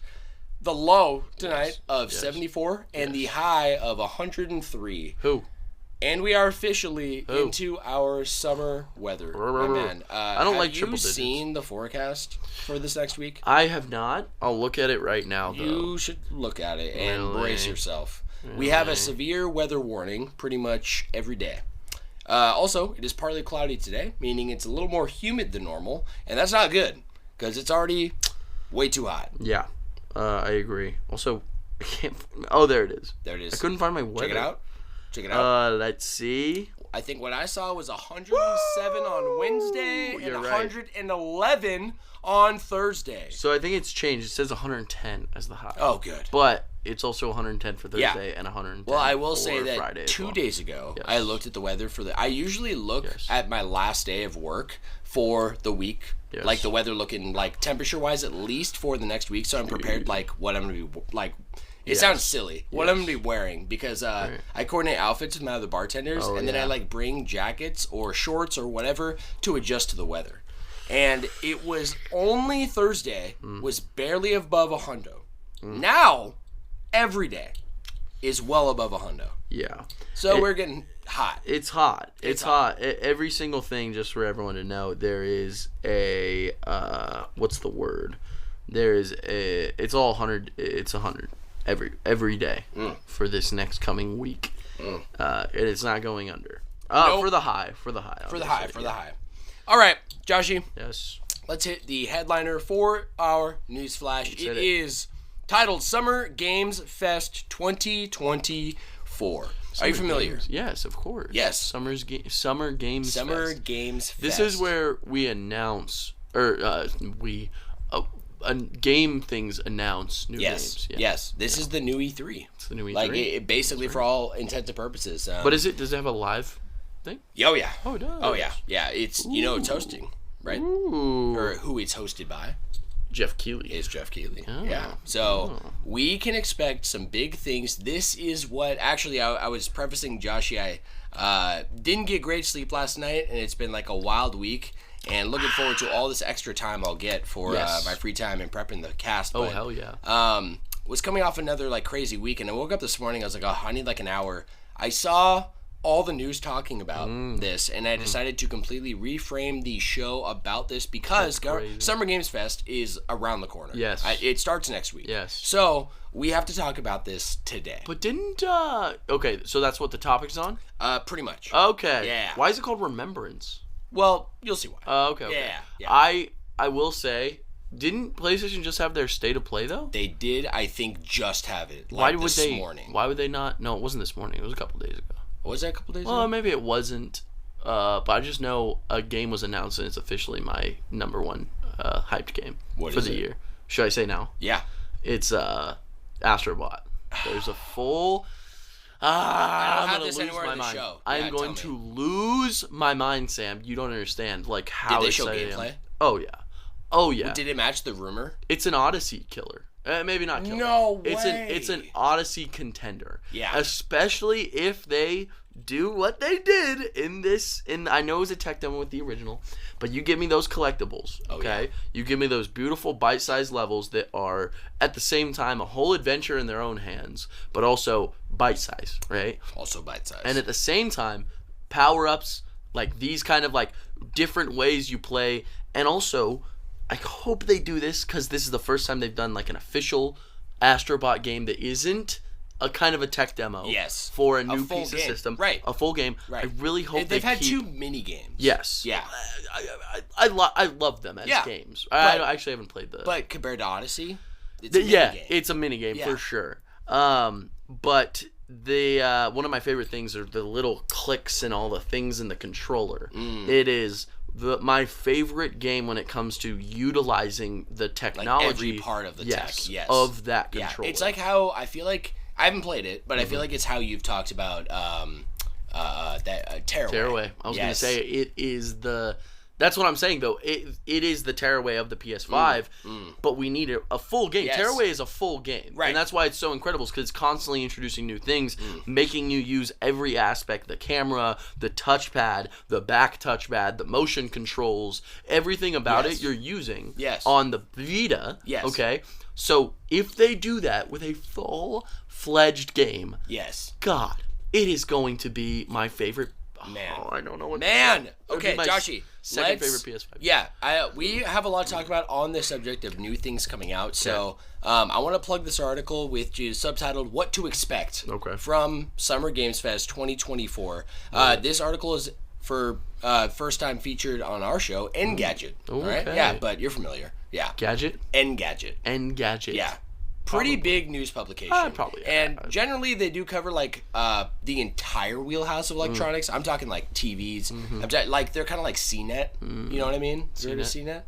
All right. Well, Engadget and CNET, for those that don't know, are kind of like the OG electronics publications that are like huge. Basically, it's the IGN before IGN like went like mainstream on everything. All right.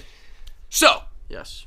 Pretty lengthy article. I'm going to paraphrase, all right? But I will say the preceding intro text, which is starts with E3 might be dead and buried, but there's still a ton of gaming news to look forward to in the coming days of Summer Games Fest 2024, as it's standing in the old Expo's stead. Summer Games Fest has gradually taken on more importance over the last few years as an umbrella for all the various game showcases that take place each June, notoriously. From June 7th until June 10th, which that is starting on Friday, okay? Right. By the time this podcast is actually coming out. So a string of events will highlight dozens of games. The big announcements will all be live streamed for you to watch at home, but there's also an in-person component to Summer Games Fest. It's just E3. It's the new E3. It's blowing up. It was just under like the Game Awards, but I feel like it has just as much production. Yeah, genuinely. Sounds like it. Engadget will have boots on the ground to bring you some extra insight as well as blah blah blah. Yay. Okay, promoting Engadget. Okay, for those who will enjoy from afar, here's the lowdown of what to expect. So we have how to watch it. It's going to be live June 7th at 5 p.m. Eastern Time. Okay. How to watch, it'll be on YouTube and on Twitch live streaming. We've seen some major announcements on the 2-hour tentpole of the showcase over the last few years, but it seems like the 2024 edition will be more muted. The organizer and host, yes. Check this out. The organizer and host, Jeff Keighley, has tried to temper expectations by saying that most of what's shown in this year will be new info on previously announced games, not necessarily new games, okay? He's confirmed that, and a lot, the stuff is good. It's got Monster Hunter Wilds. Bless you, bro. I want to have you take this in. Are we living? He's dying. Oh, it's rough. Yeah, dude. Fuck, it's taking it out of me. Okay, I'll tuck you in as soon as we get this through. We got Monster Hunter Wilds, nice. Kingdom Come 2 Deliverance, Metaphor Refantasio, that new JRPG by the Persona team. Right. They will get some time in the spotlight. They're not getting announced, they're just getting a little more extra time. Yes. Makes sense. Also on deck are the release date for free co-op shooter The First Descendant and a peek at 3D fighter Dragon Ball Sparking Zero. Nice. I am so incredibly hyped for that, by the way. Yeah, really. It's basically a new Budokai Tenkaichi. Right? Huh? Is it like Fighter Z? No, it's Budokai Tenkaichi. Do you know those games? No. So I grew up on Budokai Tenkaichi 3, sorry. This is basically Budokai Tenkaichi 4.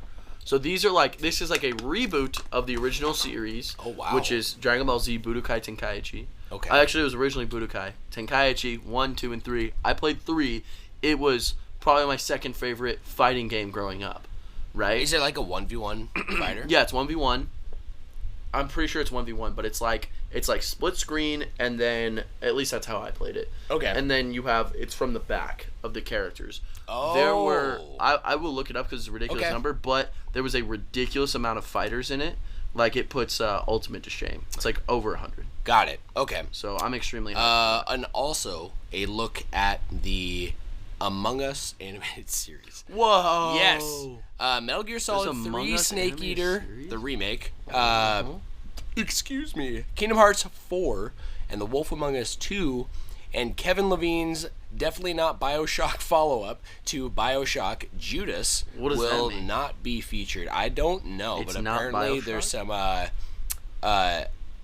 there's some new BioShock game called BioShock Judas. Okay. And apparently it's like, I think what I've heard is that it's laid out to be a refresh on the series. Okay. But like a reboot? Like a reboot. Yeah. Sounds like it. Or not in the same universe or something, but by the way, it definitely seems like it's a Budokai Tenkaichi 3. That was the game. Okay.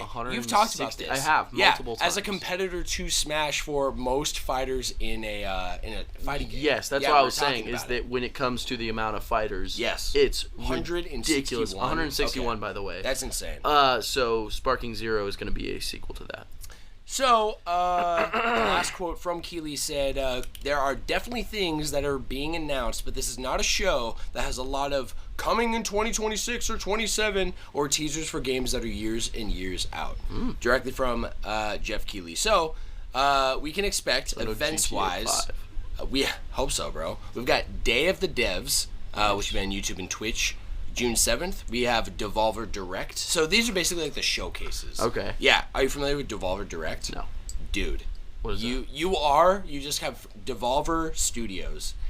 Just one of the most underrated and one of the most growing you think I know? Indie studios. Yes, absolutely. Devolver. Dude, they've done Devolver Digital is what they're called. Okay. Yeah. You remember that one? How do you spell Devolver? Yeah. Gato Roboto. Remember that game that I played? Gato? When I got back... Yeah, when I got back from PAX. Shortly after. On my PAX trip, like right after I moved here. Anyways, check out Devolver Digital. Huh? Yeah. Yes, I know so many of these games, by the way. Yeah. Wow. Okay, cool. So they have a... They usually do a great showcase. Oh my god, they did Katana Zero. Yeah. Yeah. And they did... Dude, there's so many games. They're a publishing company? Publishing and developer. Oh, they develop. Yeah, and I'm pretty sure they've taken in other indie studios as like a sub-arm. Oh, okay. Like kind of like a Rooster Teeth-esque. Yeah. If I'm not mistaken. Maybe. Like old Rooster Teeth. Oh, you know what I mean. Okay. Okay. Then, let's continue. On June 9th, Yes. we have the Xbox Game Showcase at 1 p.m., followed by the Ubisoft Forward Showcase. Oh my gosh. And then the up in the air, the unknown, is where Nintendo is at. Because They are confirmed, though? I think what they confirmed, we covered it a while back. I want to say like 3 episodes ago, 2 or 3 episodes ago. Nintendo put out like a tweet saying like they have announcements coming in June. They didn't announce a direct per se, I don't think, but they said info's coming and not to expect Switch 2. Remember that? They said not to. Yeah, they said we're absolutely like not showing the Switch 2. You think they're lying? Yeah. You think so? I do. I in a way of like, one of two things is going to happen. Yeah. They're going to show the actual hardware. But I don't know why they would do that if it was coming out like next fiscal or at the end of the fiscal year, next March. Yeah. If they're showing it, it's coming out in holiday. Like, is that the case? December. Though? When did they announce the Switch? They announced it when they unveiled the release date of Breath of the Wild, right? Yes, they did. Or like right before it. Yeah. I don't remember. I don't remember. Yeah, anyway. But yeah. Or it's possible. They're going to showcase some games, which I'll get into these like rumored games. It's pretty hype, I'll be honest. Rumored Nintendo games. Yes. Oh yeah, for what they got cooking. Okay, this is from like I've gathered a plethora of like leaks and info and news articles and leaks that are like private and anonymous, like NeoGAF, and then leaks that are like to publications like Engadget, right, or IGN. Yeah. And remember that was the article that was.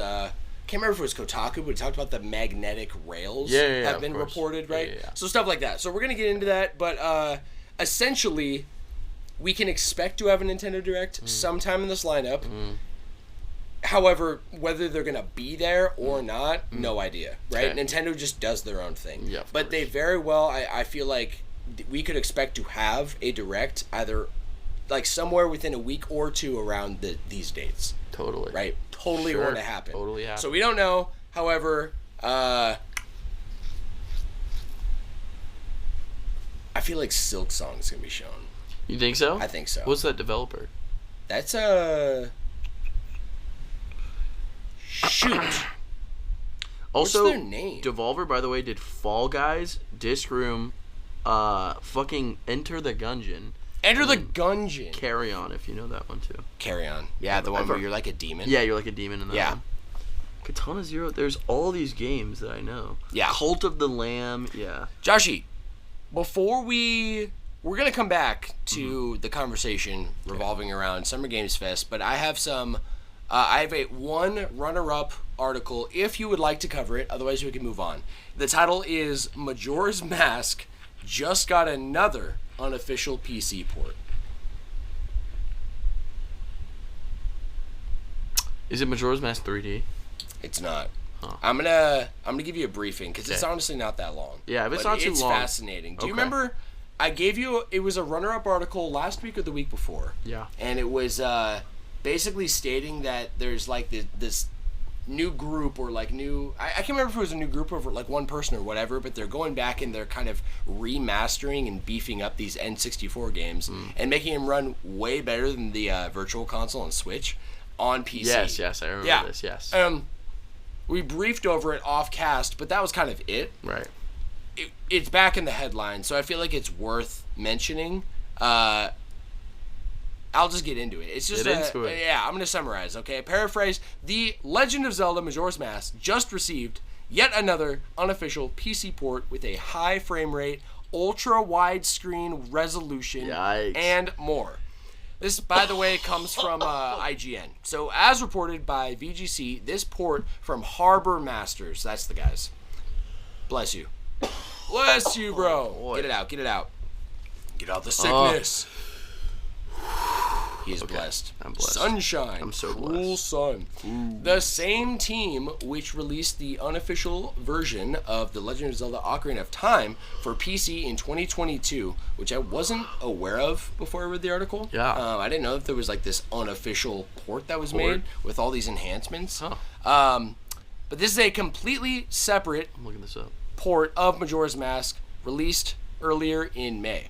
Okay. That version used recomp compiling technology, that's what they call it in quotes, to port any N64 game much faster than ever before. Harbor Masters, meanwhile, reverse engineered the original N64 version of the game to create a readable code before porting it to PC. It claims this allows for, quote, more large-scale features, end quote, than the recomp version, evidenced by the likes of Harbor Masters version having mod support. Wow. Crazy. That is insane. As for other features, it includes autosaves, faster mass transformations, skippable cutscenes, a bow reticle, reticle? Yeah, reticle. Yeah. And more have all been added to their version of the game. Cheats such as infinite health, magic, rupees, consumables are all available as well. Aren't all those things available in the 3D version, though? Why not just port the 3D version? That's a great question. Quick saves are in there, and then so is fast masks. Yeah, but this is the original. Yeah.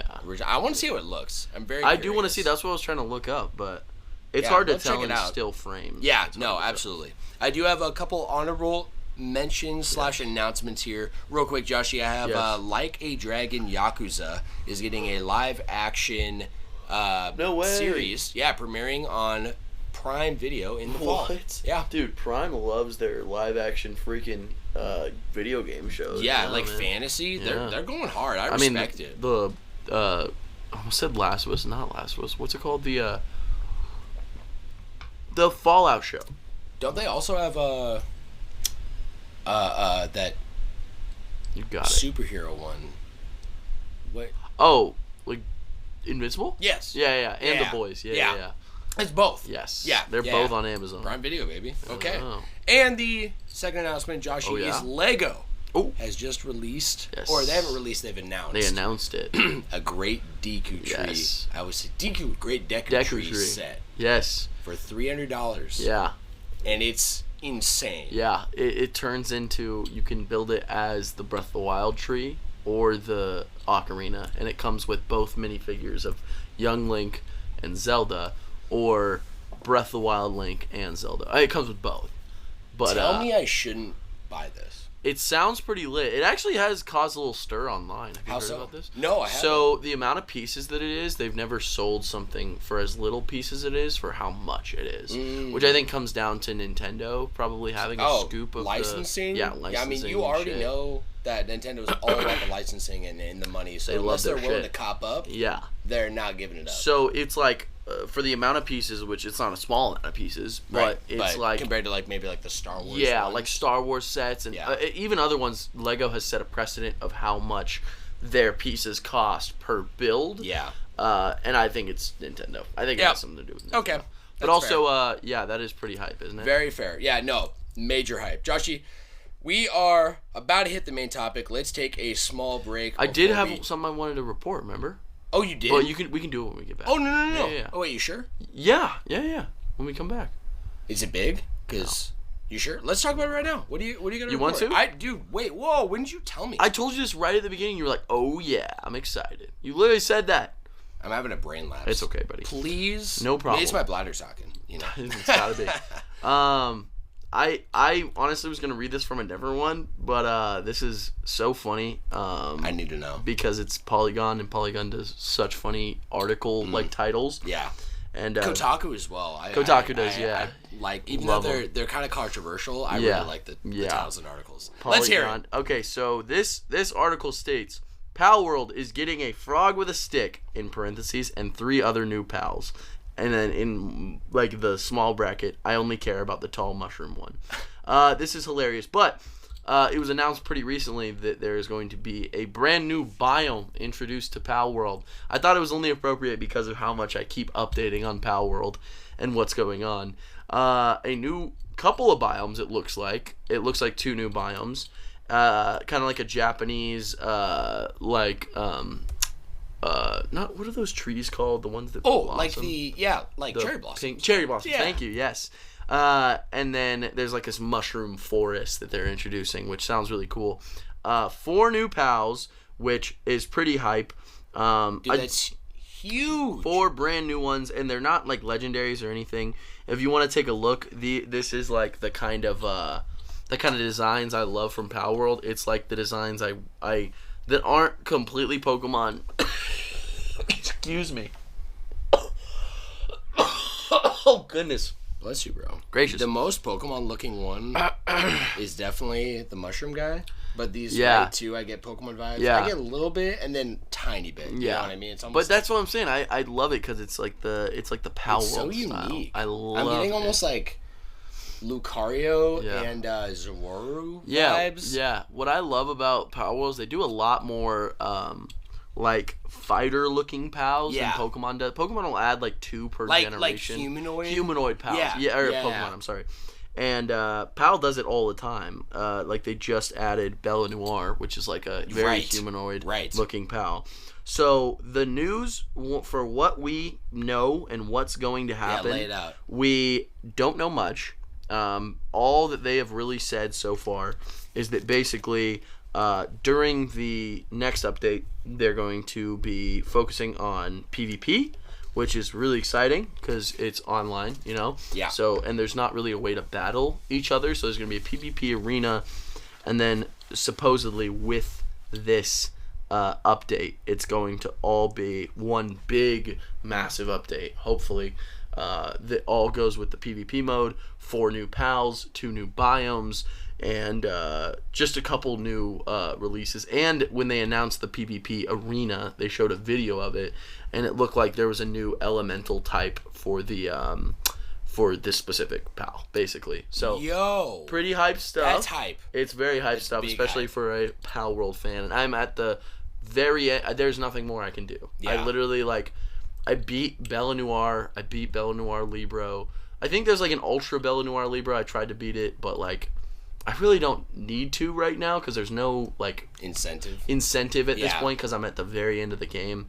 So maybe even, like, starting a new world, or I've been playing with Drew, which has been really fun, and maybe doing some PvP in that sense, and kind of building a team to fight my friends would be a lot of fun. Or preparing for PvP. Preparing for PvP would be also insane. I would be a demon on my main world, though. Because I have, like, all the nicest guns. And, like, insane pals. Yeah, you're fucking set. Yeah, your bases. Yeah, I just wanted to report on that because I feel like I'd be doing a disservice to this podcast if I stopped reporting on Pal World. Yeah, absolutely. Kind of my doing a disservice to me. So absolutely. Yeah, no. So we'll keep listening out for that one. Yeah, keep me updated. Will do. And, let's take our break right here, Joshy. What were you going to say? All right. What I was going to say. Oh, okay. I was going to say something, Joshy, right before I hit record. That is true. I was thinking, for time's sake, because of where my brain's at, awake-wise, I think I'm just going to go with the flow on our Flash Smash, which is happening once again right now. Oh, shit. We're doing it right now? Yeah, right now. Yeah, so we're running the second set in which we'll have you, to make it a part of the entertainment factor for our audience, even though it's really just between you and me, right? We're taking them along. It's a journey for all of us. It's a journey for all of us. So, are you going to stick with Ken? I kind of want to play... Oh, shit. I guess you have to stay with Ken. I was going to say, we could just do it random every time. Yeah, because I think I'd enjoy that. I think I do too. You know what I mean? Yeah. Let's just do random. Cool. You know what we can do? But we'll still keep the score. We should keep a roster of the wins. Of the dubs. Yes. So you have Ken on your roster. What if we don't have to keep again? That would be crazy. That would actually be nuts. 1 in 89 or whatever? Yeah. Whatever. 84, 85. Yeah. 161, something like that. Yeah, let's do it. Let's do it right now. Let's run it. Dude. Crazy. Wow, it's a final kind of night. It is. Joshy. Oh shit, the game's on. Fuck. You hear it? You hear it live, baby. All right, Joshy, we just wrapped our second Flash Smash. We did wrap our second Flash Smash. Who'd you have? So I randomly got Hero. Yep. From Dragon Quest. Yes. And he's a pretty insane character, if you ask me. Absolutely. Yes, little old me. He kind of has everything. Actually, now that I think of it, he's has like only missing a range grab. Of everything he can do, that is it. But he's got like 27 down Bs. He's got a random crit on his smash attacks, right? 2 instant kills. Yeah. A reflector that just, if you get it, it's just there. You don't have to do you don't anything. have to hit any button. Insane projectiles. Guess what? The whole time, he's also carrying a sword and shield. Which is insane. Yeah, it's crazy. So yeah, you took the dub on that one.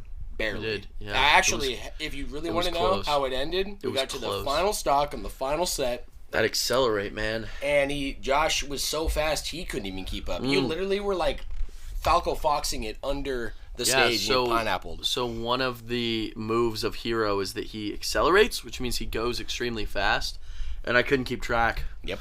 I ran right off the stage and pineappled, baby. Pineapple, baby. That's how it goes. All right, really I'm taking the Terry into my bucket. Dub. Yeah, that's right. Yeah, it'll be cool. We'll build like a bank of characters that we've won from just random matches. Yeah, all I love it. Joshy, yes, sir. Let's jump straight into our main topic, my man. Are you down? Let's do it, of course. Excuse me, as we alluded to earlier, the title of the episode is Remembrance. Yes, it is. And it is the subtext of Summer Games predictions. Ooh, yes. So Remembrance kind of like bringing back kind of it just snuck up on me, but I felt like it was really important to make this episode another kind of predictions episode, similar to like Game Awards, right? Similar to just like what we kind of having hope and having fan theories of like what to expect, like we did in the Pokemon episode. Absolutely, right? We did. These are some of my favorite episodes to do. So Remembrance is the key here because this is kind of, as we mentioned earlier, a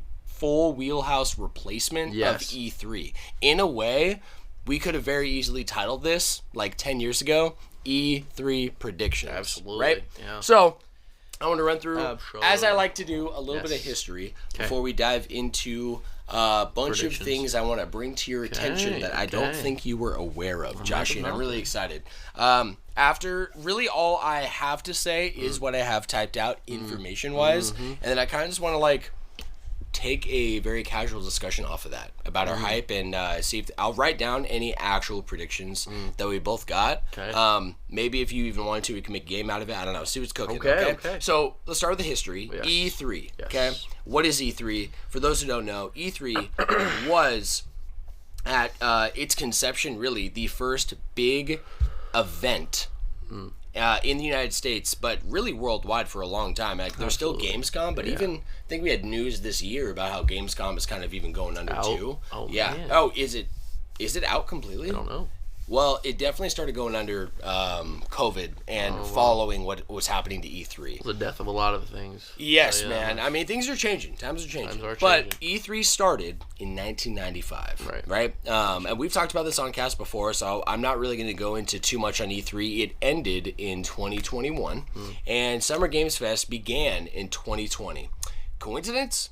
I think not, baby. Hell no. But it is basically, as you said earlier, it's the new E3. The new E3. Yeah, 100%. So, and basically what E3 really means is it's the big event that is an opportunity for every big game publisher and developer to come together and basically within a 1 week period, all these guys announce their biggest things to come. Yeah. Right? Yeah. Hype is what it's doing. It's a hype train. It's like, there's a new console, the Wii U. Right. Following the successor of the Wii. That was unveiled at E3. Right? It was.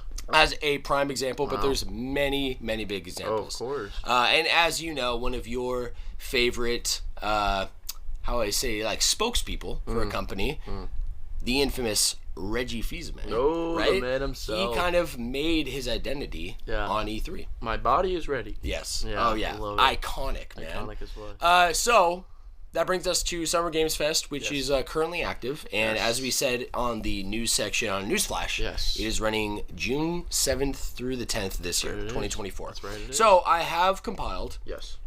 Did some digging, and that was the bulk of the prep of this podcast, actually, was rumors/leaks that I thought you and I together would be most interested in. Okay. This largely has to do with Nintendo. Okay. And I want to be honest, I think there's a big reason for that for us, and that's because Nintendo kind of notoriously keeps the lid on really tight. Absolutely. Right? Absolutely. Some stuff comes true inevitably because maybe it's been a dream or like something they talked about, like Metroid, right? Metroid Prime 4. It's been something that's been announced, but then just forgotten. Don't hear it. Or years. Just ideas, fan ideas, and some things do come true. You know, the Paper Mario Thousand Year Door, that rumor of a remake has been going on for a long time. If I'm not mistaken, 15 years. Wow.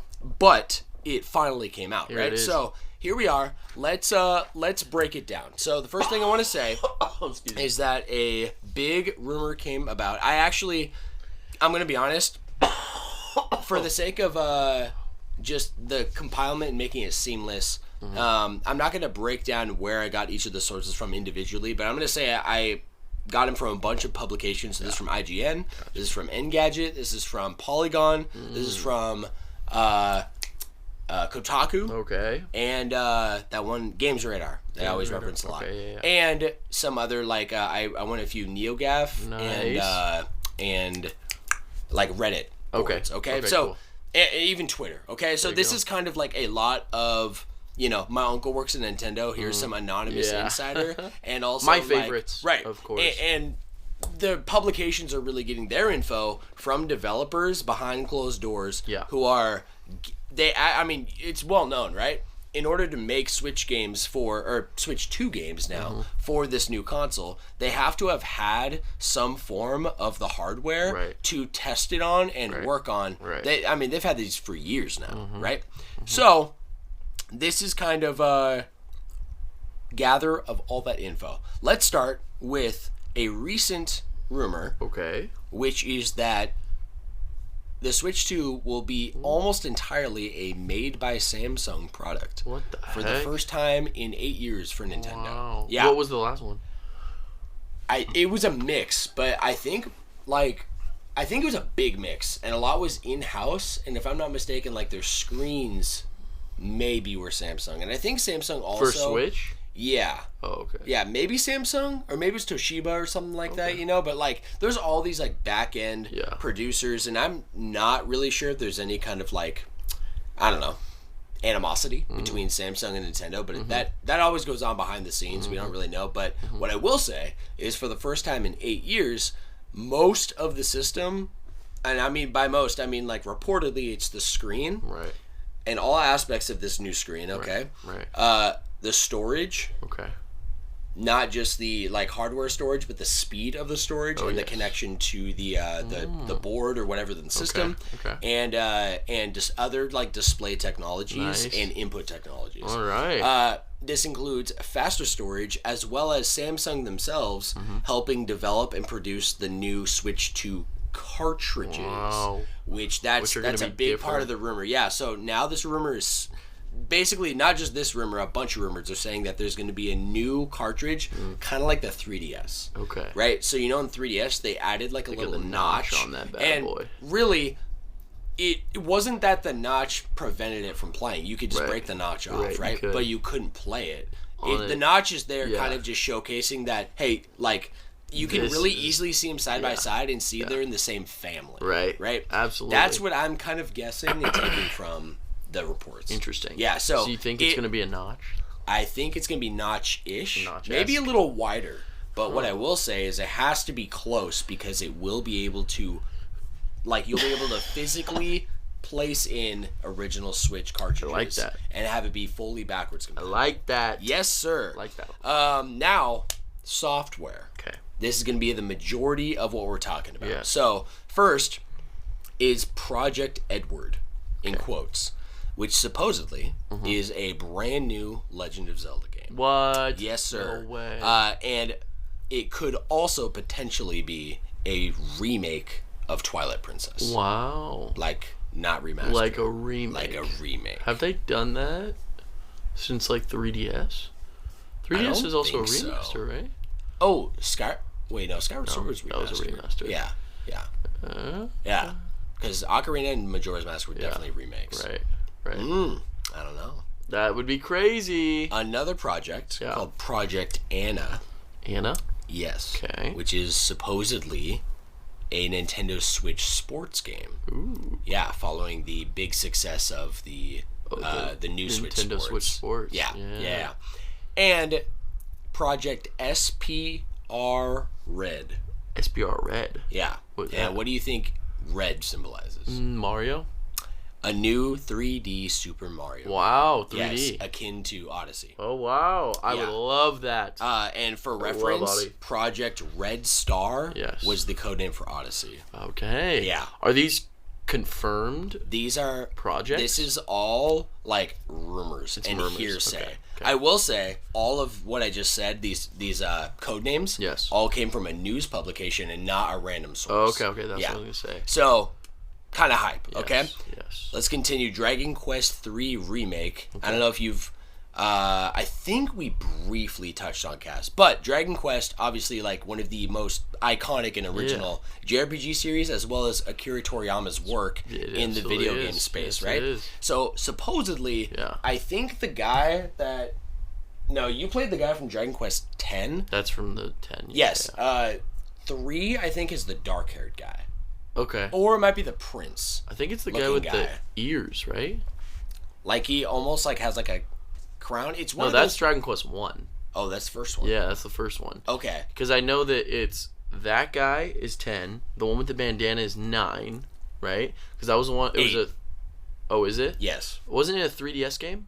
And it was fully. It was fully 3D. Mm-hmm. Yeah. Yeah. And then Absolutely I think Dragon Quest 7. I don't think he's in that one because he has like an angel vibe. Have you seen him? No. Yeah. I don't think I have. Okay. He's not in Smash. Well, but his color is.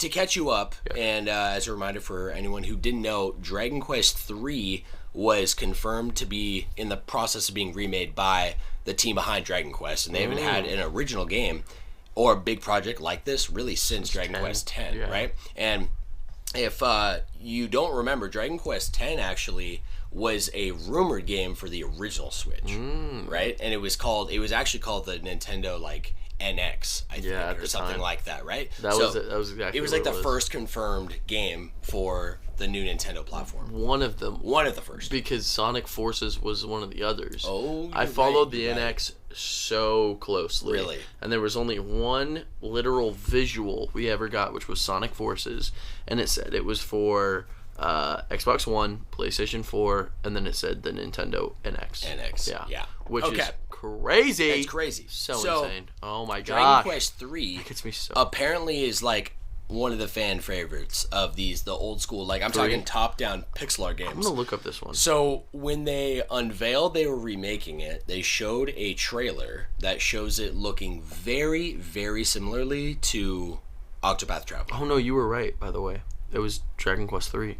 The one with the little Goku. Oh, yeah, the Goku guy. Yeah, so apparently they're remaking it in the sprite work and animation style and everything of like Octopath. Yeah. Whoa, that's It looks sick. super good. So we've seen the like a trailer.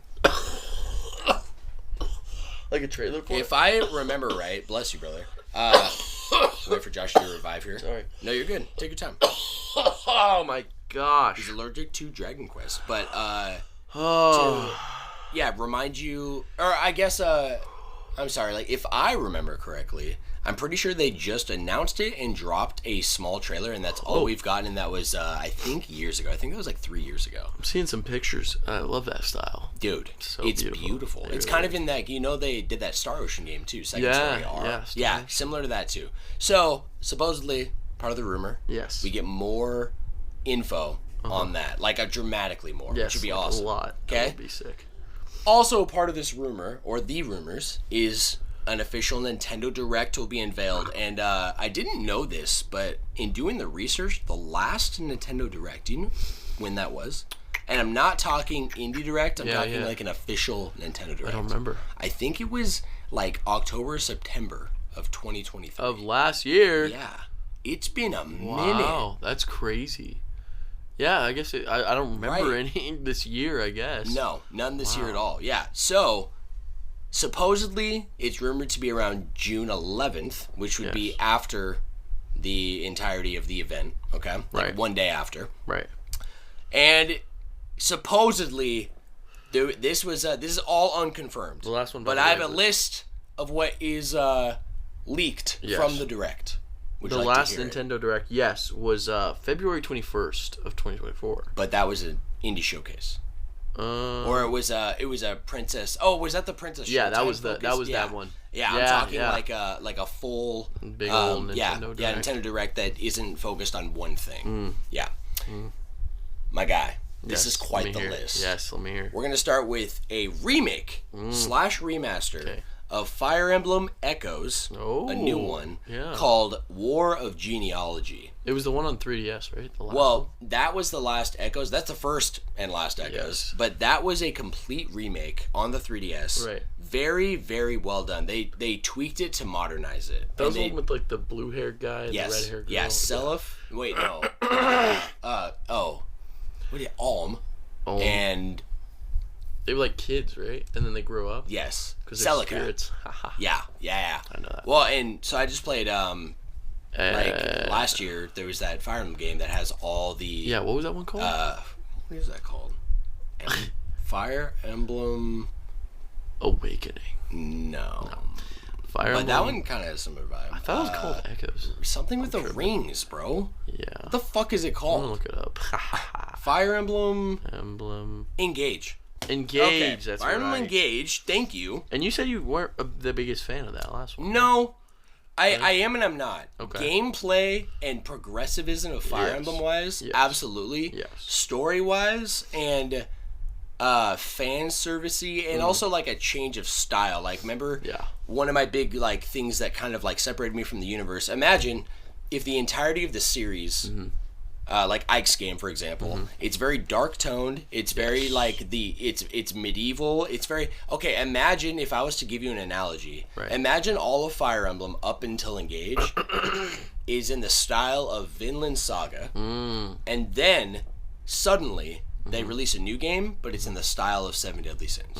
Okay, it's not that it's bad. Not bad. It's just very different. Yeah, and I kind of miss it in a very similar way to Breath of the Wild. Not bad, in fact, amazing. Right. Not the same as what I would call a traditional Zelda game. Yeah. Does that make sense? I totally hear you, and it doesn't mean that it's bad. No. Right? No, it's just very different. It's just different. Well, on that note, you get the heroes of the game from like basically the main characters from every major Fire Emblem. Like spirit rings or something. Yes, and if you remember at the time, I really got into. I kind of got off that game, getting into Fire Emblem Heroes. Yes. Right, the phone mobile game, the mobile one, right? Mobile and I went hard in that because that does the same thing but better, where you get several versions of every character, whether they're enemy or not. It's fucking awesome. Sounds sick. So, I'm pretty familiar with the main characters from this, and I don't know if they're spirits, so let me know if they're familiar, but it's two big characters in the genealogy of the Holy War, okay,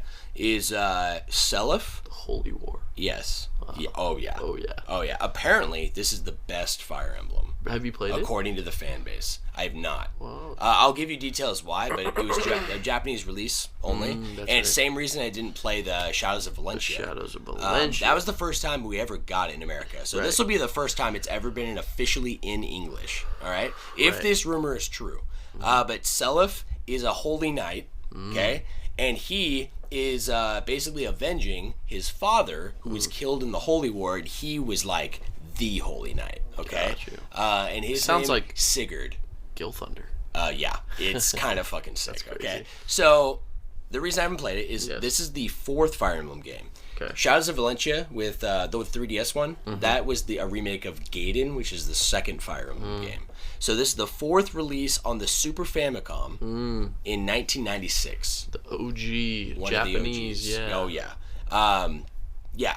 If that is true, my guy, that'd be sick. I am all over that. Yeah. So that's at the top of the list. Let's keep going down. That'd be so cool. Apparently, yes, these are rumored to be shown off and then dropped the day of the Direct on the Virtual Console. Oh, yes. Okay. We have Sonic Advance 1, 2, and 3. Nice. Which that's hype. And anything that's... I get hyped with Nintendo doing partnerships. I don't know about you. Yeah, but it's very, like...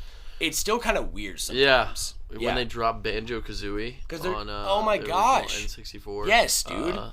The Virtual Console. Exactly. Sick. They're just notoriously the guys who didn't work well with others, right? Nintendo does their own thing. They're changing a lot right now. They're changing a lot. It's really cool. So we have Metroid Zero Mission. Zero Mission Wario Land was 4. on Advanced. Advanced, Yeah, yes. Wario Land 4. Oh, nice. Oh, if you don't know about Zero Mission, apparently it's a remake of the original Metroid, but it's way better. So basically, there should be no reason you play the original Metroid unless you just want to play the OG. archaic value OG. Right, exactly. Apparently, it's just like really, really well done and very better modern. version. Okay. Yeah. Makes sense. Whoa, what the heck? And all right, we're it back. has Game Boy Advance graphics. Yeah. Oh yeah. Yeah. Love It's beautiful. It's same engine as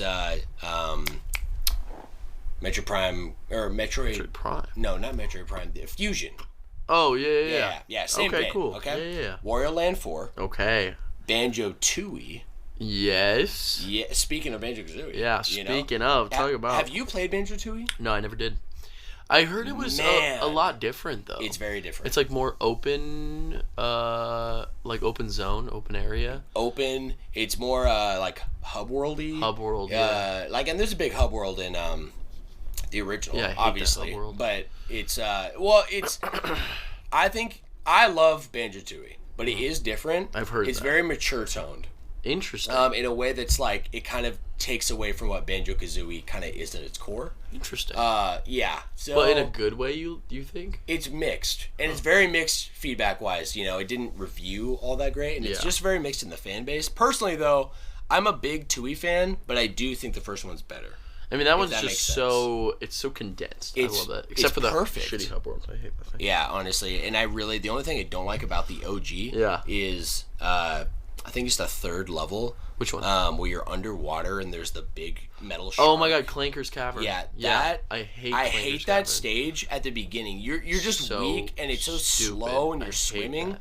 Later, you get a bunch of upgrades and it's a lot better. But it's bad. I think you can play them in different orders though.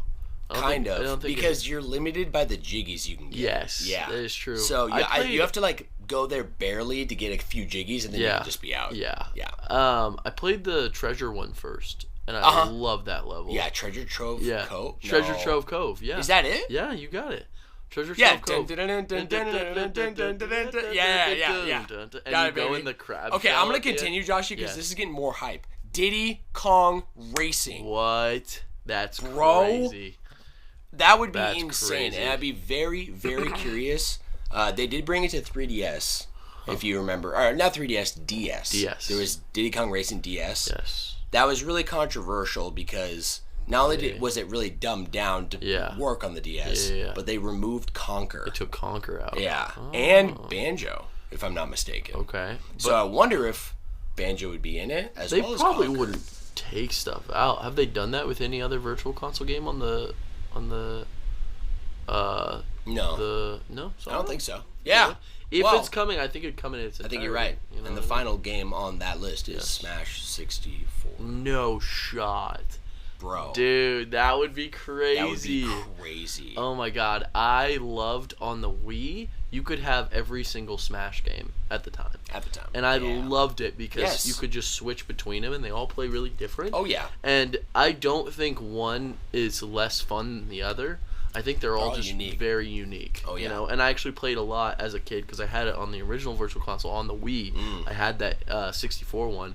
And I loved it. It's charming. The music, it just has like that crisp pop that like N64 has. Yeah, I can like hear in my head like I can hear Pikachu forward. Yeah. Chur, and it's like a slow. I was gonna say I can hear the exploding, you know that like when you go off the stage. Yes. And I can hear whatever the Corneria version was. It wasn't Corneria, but it had the ship. Yeah. It was like what was it called? Norfair. No. No, because that's the Sector Z. Sector Z, you're right. Sector Z. Because it's the ship is not called Corneria. No, the that's ship the is planet. called but what's the ship called? It's called like I don't know. It's like the Star Fox, the Mother Fox. Oh my god. Yeah, something like that. Anyway, yeah. Anyways, Joshy, let's continue on this list. That's hype though. Hype, by the way, very hype. Very very. We're getting more hype because now we're talking about not classic software. Ooh. Now we're getting into a list of rumored, like things that are going to be discussed during this direct. Yes, I love it. Hi-Fi Rush. Oh wow! If that is true, wow, that would be nuts because I don't know if you know, We talked about the studios closing. Oh, I did not hear about that. Yeah, what yeah. happened? Xbox is closing down the studio But after their didn't Hi-Fi huge Rush success sweep at the fucking Game Awards? Yes. That's wild. Wild. Absolutely wild. So if it comes to this, that might be like crazy. I wonder why. I have no idea. Yeah. I hope it's not money. That shit would piss me Probably. off so bad. Probably money. Oh my god. Luigi's Mansion 2 Ooh. apparently getting a co-op showcase. Like adding in a co-op DLC? feature. Huh? I don't even know if it'd be DLC, just showing off that it has multiplayer, similar to Luigi's Mansion 3. I was gonna say that. Something I they've see that added as in. very likely. That would be sick. very That would be likely. really cool. I wonder how that would play. That's really interesting. Me too. Because isn't the co-op with Guigi Yeah. in 3? Yeah. Wonder what they'll do. I don't know. Add Guigi in there. The next is probably Yes. my most hyped thing on this list. Really. Let's hear it. Probably. Let's hear it. 3DS ports of Mario and Luigi Superstar Saga. 3DS ports? Apparently. I don't know what that means. That's how it was typed out. I don't understand if it would be like a 2-screen deal. I don't understand how that could work.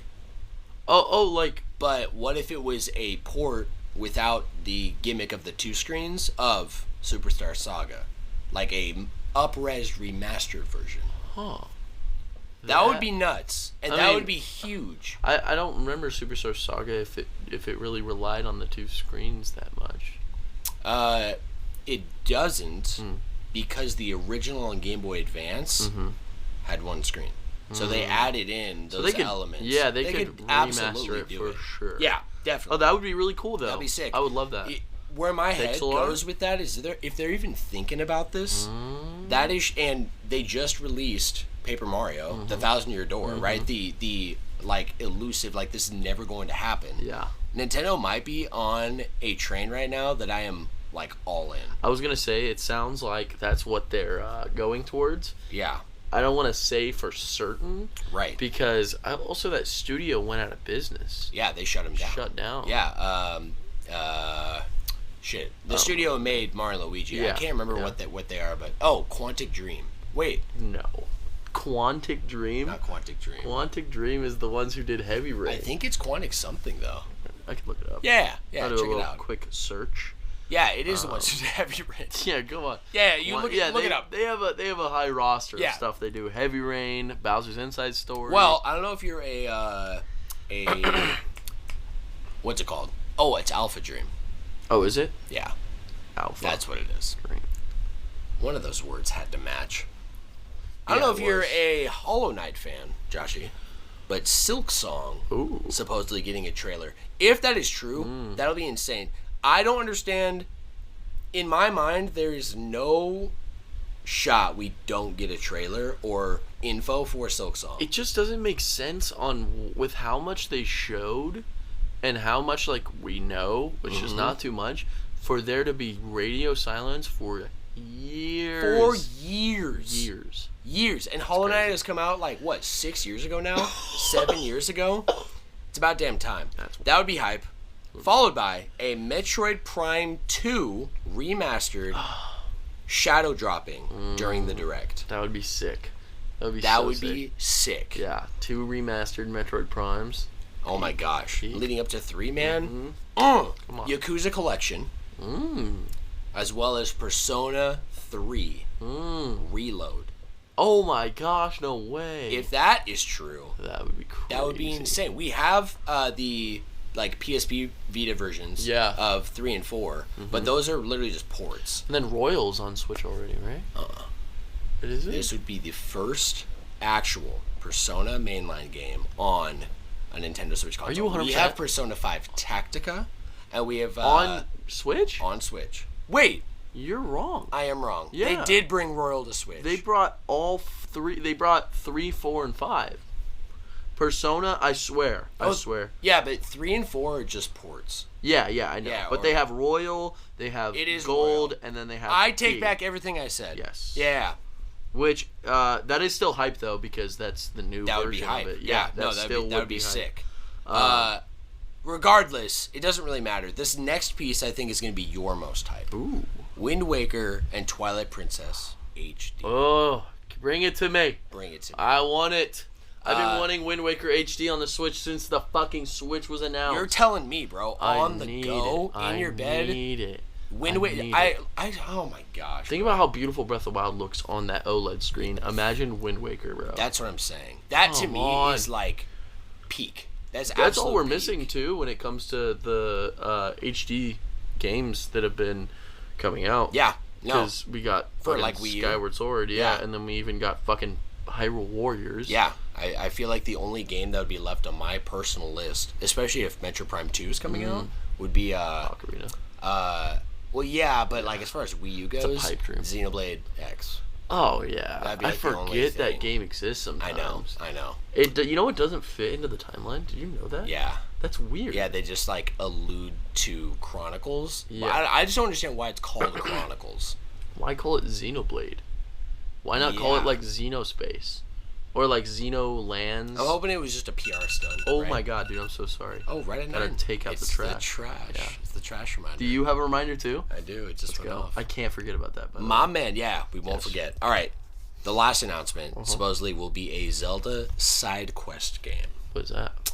That's all it says. Oh. It also says, I'll note, Side supposedly that Wind Waker and Twilight Princess will not be in a bundle. They will be individual. Yeah. I believe that. Which I'm totally okay with. It's very Nintendo People are gonna, too. people are Makes gonna bitch, but I will drop, if it's 50 each, I'll drop $100 that day. Probably would. Believe me. Yeah. All right, Joshy, peak right that there. wraps everything I had written down for the main topic. So I'm going to leave it open to your thoughts going into the summer reviews. That was exciting, by the way. Yeah? I'm very excited for all of those. Yeah. Mostly, I'll say my big ones that I love from what you said. To be honest with you, Persona.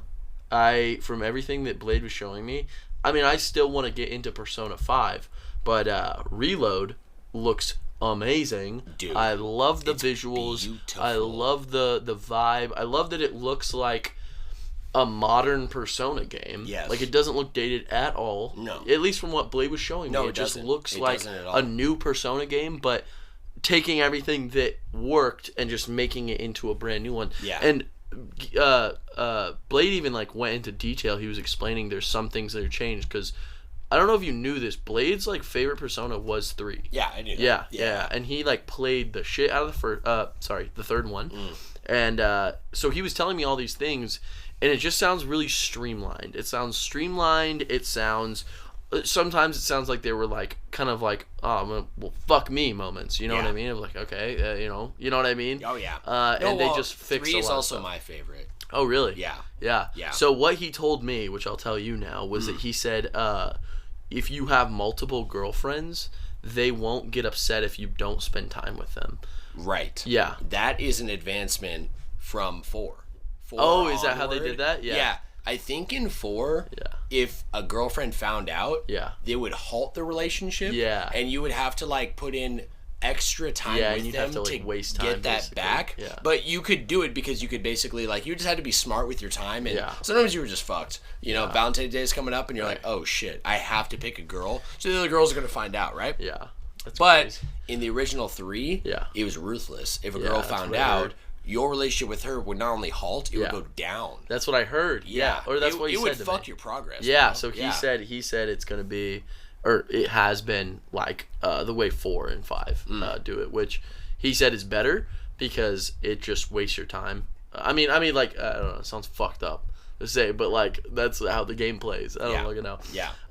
So that I'm really excited about. It's all about time, right? So Exactly. Yeah, and honestly, I'm with you. If it is portable, I know I speak for myself and you that the portability is the most valued factor. Almost everything. I'm gonna be honest with you because one of the reasons I haven't started Royal is because it's devoting. It's devoting a lot of time, and I respect that and I love that, and I really like games like that. For you sure. know? I've sat in front of my TV playing Spider-Man for hours and hours on end. But even Spider-Man, that is a different experience. Yeah, absolutely. How would you feel laying in your bed playing Spider-Man, and how would you feel in your bed playing Persona? It's very different, but I would feel amazing playing Spider-Man on my bed.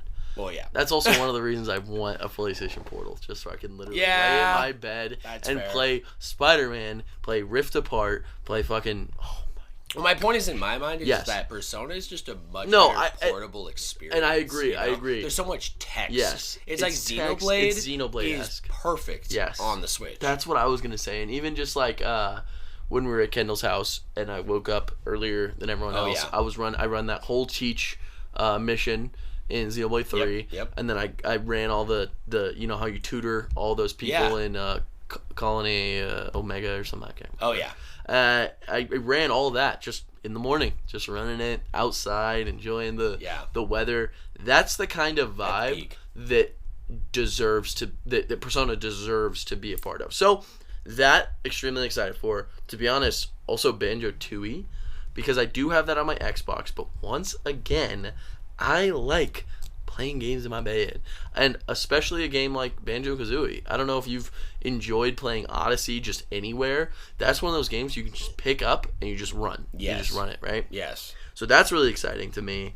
Honestly, I'm gonna be honest. Every single Virtual Console thing gives me excitement. Me too. I like all that. Yeah. I think. Have you played Sonic Advance? My older sibling had it. Okay. But I will say is that we've talked to Oncast a lot, and I'm not really a fan of the 2D Sonic games. I'm really a fan of like, okay, gotta go fast. That's the element, and I'm with you. Like, conversation aside, I've played Sonic Advance 1 and 2. Yeah. And they're different. It is 2D. Oh. Yeah.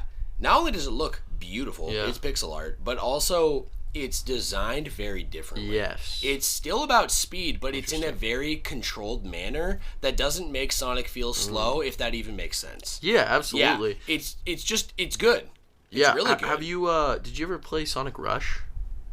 I'm wondering if it's... That was on the DS, right? Yeah, it was. I'm wondering if it's similar at all, because I loved Sonic Rush and I don't like 2D I wonder if it Sonic is. games. Here, look it up real quick. You mind if I pause? I just gotta pee real quick. Yeah, man, go ahead. Alright, Joshy, so yes.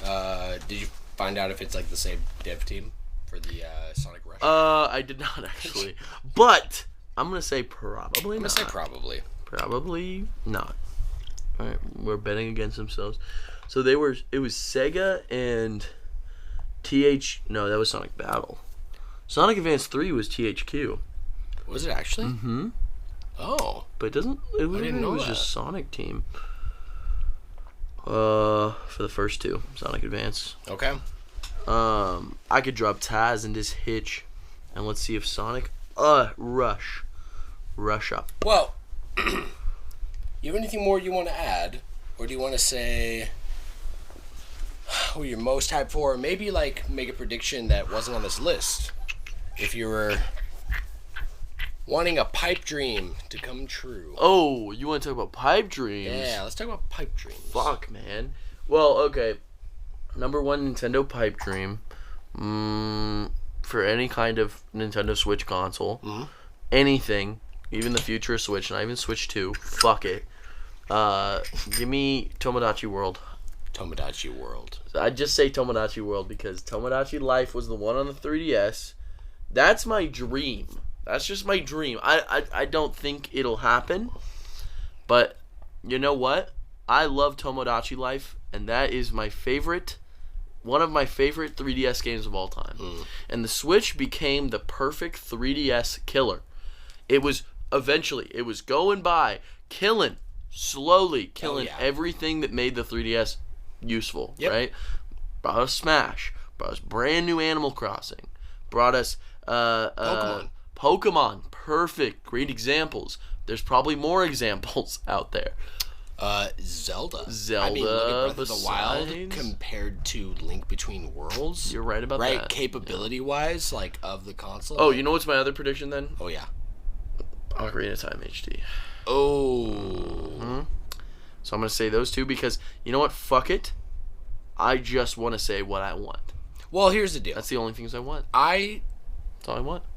I want that too, man. And, like, it's pretty to be honest, it seems very unreasonable considering we got a remake in the 3DS compared to, I guess, like, Paper Mario, where it was, like, that's just niche. This, it's just something that's in me that it seems very unlikely, is all I'm saying. But deep down, I think you would just be a fool to say that it isn't the most important Zelda. You would be wrong if you said it wasn't. Because I literally... It is truly timeless. It is not only in the what it represents, because it is playable now. You could add more things. You could add more things to make it more streamlined. There's more ways you could make it work. You could. If you did a remake, because guess what? They did it already. If there's other issues you have with Ocarina of Time 3D, they could fix it in the HD. Yes. Right? You want to talk about the most important game in the timeline, if we're literally going lore-wise, it's literally Skyward Sword and Ocarina. Those are the games of Zelda that make the whole timeline. We have one of them. Absolutely. Right? We have another one in the form of just updated port, right? Like the original release was terrible. Skyward? No, I'm talking about Ocarina. You know, like that is technically playable on the Switch, and it's still not. Come on, dude. Come if on. they remade Ocarina, that would actually be next level. That would be. I agree. I would take that over Metroid Prime 4, and that's saying a lot. I completely agree with that, and I would put the time to play that as a remake. There's some remakes I might not go ham on. Yeah. But if you remade, I'm talking HD, okay? Yeah. You made the grass look beautiful. You gave it an art style. Maybe not cell shading. No. Maybe cell shading. Maybe. Maybe. But if you gave what it something, if they didn't? that would be Like- incredible. If you made it where it was in this style, right? Keep the color of the game. Yeah. The vibrancy of the green. Well, the to be blues of the honest, sky. it was pretty dull. What? Yes. No, it was not. Absolutely, man. Yeah. Since when? Look, it had Oh, color. maybe. It had color. You talking about the original though? The original. I feel like 3D was very colorful. Oh, yeah. Ocarina- Oh, yeah. Ocarina, Night and when I day. think of Ocarina, I think of the bright red that comes off of young Link's wooden shield. Yeah. The brightness of his tunic. Yeah. The brightness of the sky. The colors of the Zora. The colors of the Goron.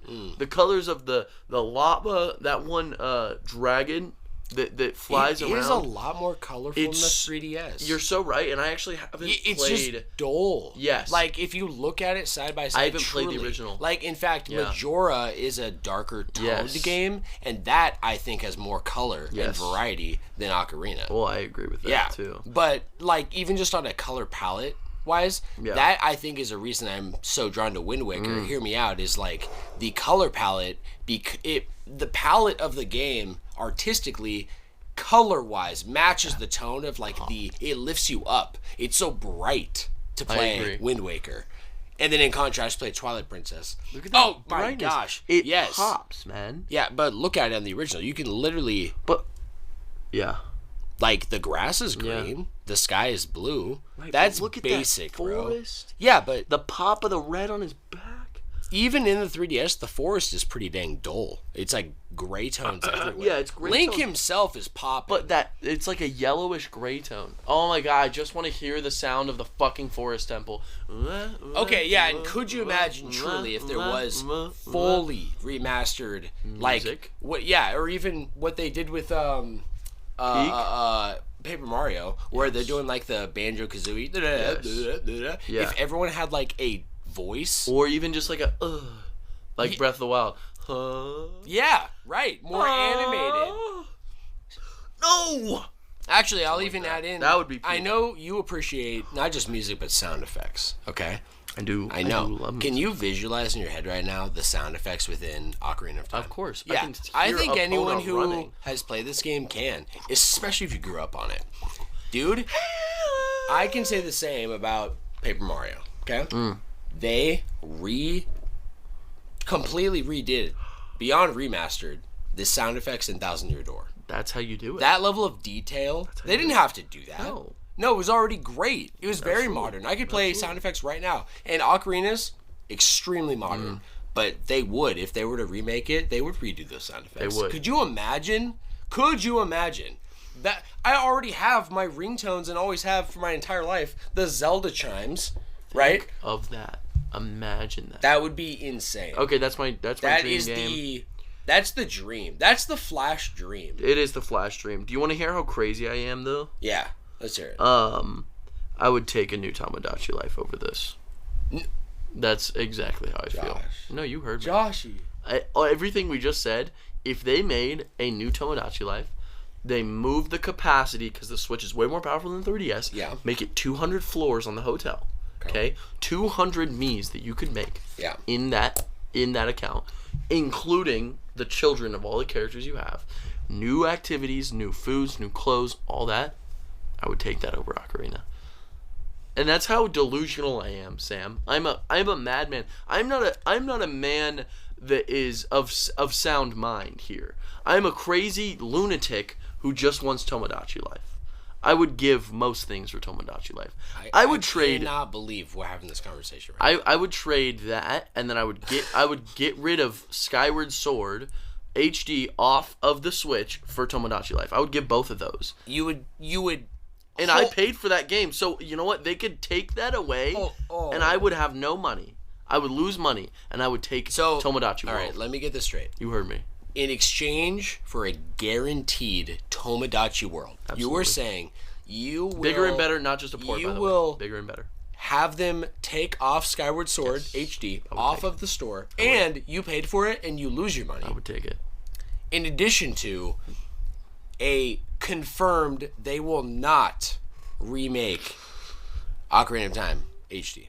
I am delusional enough to say yes because you don't understand. You heard it here first. Do you understand, Sam, how much I played Tomodachi Life and how invested? I want to know. Here's the thing. You need to pull out that 3DS log. I played this for years. I would check in on my 3DS for days on end, do everything I could in a day, and then just close my 3DS. Even after the Switch came out, for years after the Switch came out, I would check my 3DS for multiple things at first, which was Animal Crossing and Tomodachi Life. I would just open up my 3DS, check up on my villagers, and then I would go back to Kingside Island on Tomodachi Life, and I would check up on every single me, because guess what? I didn't want to get divorced to my wife. I didn't want my kids to go through a divorce. I didn't want my children's children to go through a divorce. And guess what? There's so much fucking interaction you could have in that game. It's like this crazy comedy that's constantly going on, and the most wild things happen on this island. I put my Pokemon into this game, I put Ron Swanson in this game, I put Bill Clinton in this game, all interacting with my Pokemon, with real family members I put into this game, and then me and my wife that I met in this game, and our 5 kids, which we had, by the way, Gabby, Jack, Ethan. Jack? Yeah, I had a kid named Jack, by the way, and my wife had black hair, and he had black hair. And I literally, the first thing... What's your wife's name? Valerie.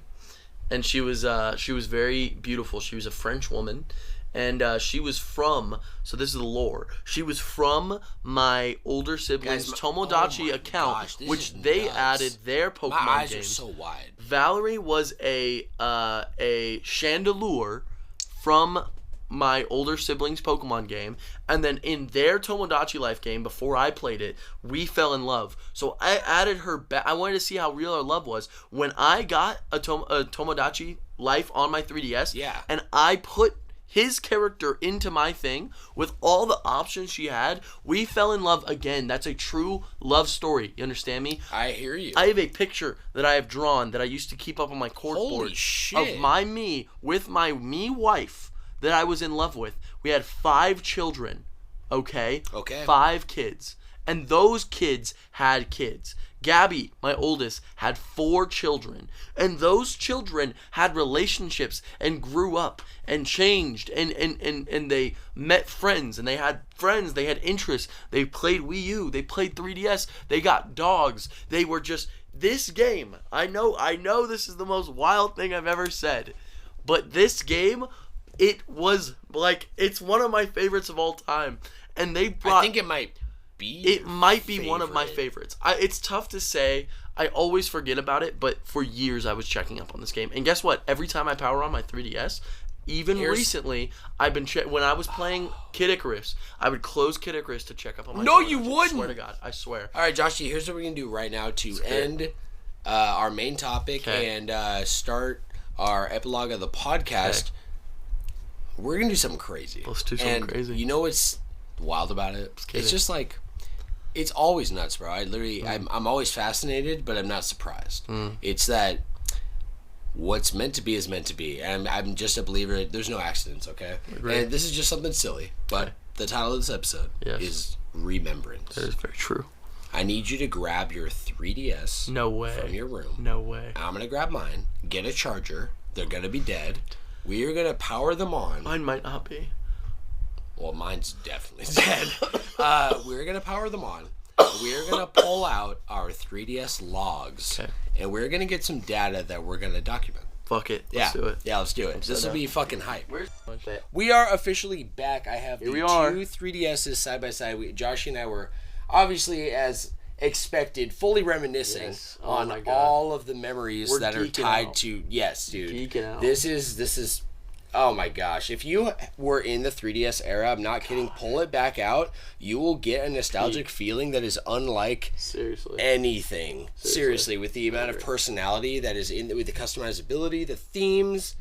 Yeah, we go on and on, but it would be another 3DS episode. So let's pull up right now just on the main screen. It shows steps taken and titles played. Okay. I've got 171 titles to Joshy's 94 titles, and Joshy has 1,842,000 steps, and I've got 265,000. I brought this thing like everywhere, by the way. Yeah. And I'm pretty sure it held over from my old 3DS, right? If you did a transfer. I did a transfer. Yeah, absolutely. Okay, so we're going to go to... Oh, man. I think... Yeah, okay. We're going to both click Daily Records, and we're going to go to Playtime. And we're going to go to Page View. All right. So... Joshy has number 1 Animal Crossing. It's pretty good. And he's sitting pretty at 745 hours and 36 minutes, dude. That is crazy. I'd be so proud of that. I mean, it's just the game. I could not stop playing. No, I played it for years up until literally the new Animal Crossing came out. I kept this for 2 games, and it was that one and that one. Wow. Those 2 games. Dude, look when we stopped playing these games. When was it? Oh my god. 2 days apart. That's crazy. Wow. So that was... When did New Leaf come out? It was probably close to that, right? We lived together in 21, right? No. Not in January. We moved in 2020. 2020. No, 2021. Because, wait, no, maybe? I could probably tell you. I think we did live together. Did we? Because I started... No. Alpha Sapphire. Yes. When you started... Yes. World of Final Fantasy. Yeah, we moved in the house in 21. Because July 1st will be 4 years in the house. Good. Let's see. We did move in 2020. You're right. July. Oh no, a little earlier. Wait, no. I first moved in when the first night I stayed was July 3rd. Remember? The beginning of the month was when I came in 3 days after you guys. Remember? Yes. Here's me painting my room. Of 2020? 2020. Wow, that's dude, right. That looks so different. I know. And that's then look, crazy. That was when I still have the tape when I was painting the top. Isn't that wild? That's when the mattress arrived at my door. Wild. Look at that. Those were the first 3 things in my room, Sam. And they mostly haven't moved. Wild. Isn't that wild? Wow. Yeah. You're right. There's Dorian saying, I agree with that. Everyone looks so different. All right. Hold up. Let's bring it back. Okay. We're on the 3DS. Yes. My number 1 is Omega Ruby at 295 hours. That's your number 1 3DS game? Yes, it is. Oh. Yeah. Times played 345, and you have times played 491. So it says you that's did my check second, it. though. That's your second. I think Tomodachi so it's got to be Life has to be Tomodachi first. Life, right? Okay, let's go down the list. 2. My second is another Pokemon game. It's Ultra Sun at 151. And let's do 151. And you've got Smash Bros. Smash Bros. That's for the 3DS. wild. I played this game.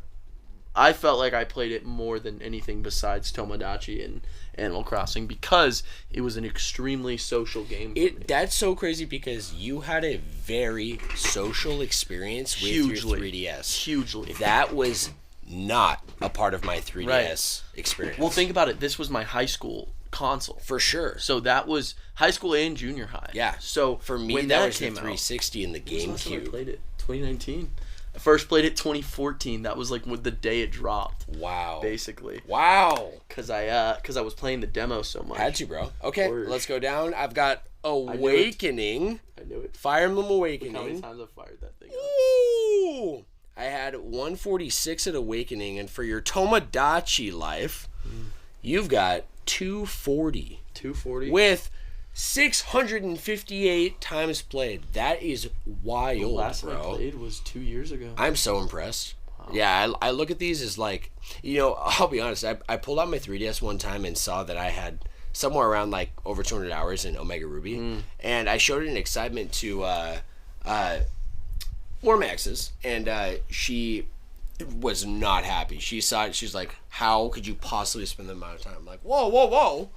I'll tell you what, you're spending your free time. That was just how it was with my ex too. Oh yeah, the one I lived with. No, this is something that I take. I know you're the same way. Like records and. Oh my God! Look what my fourth is. Wow. Xenoblade. Wow. And mine's Bravely Default. Wow. That's shocking. A whole. What'd you get? 100 hours. Xeno's 100 hours. Wow, you did play it a fucking I told lot. you I loved this game. I had 112. So, I think this is a really great screen because I've got Bravely Default 112, and nice. I feel like this for me, how I felt about Bravely Default at the time. Yeah. The mind-bending nature, how into it I was, like I couldn't put it down.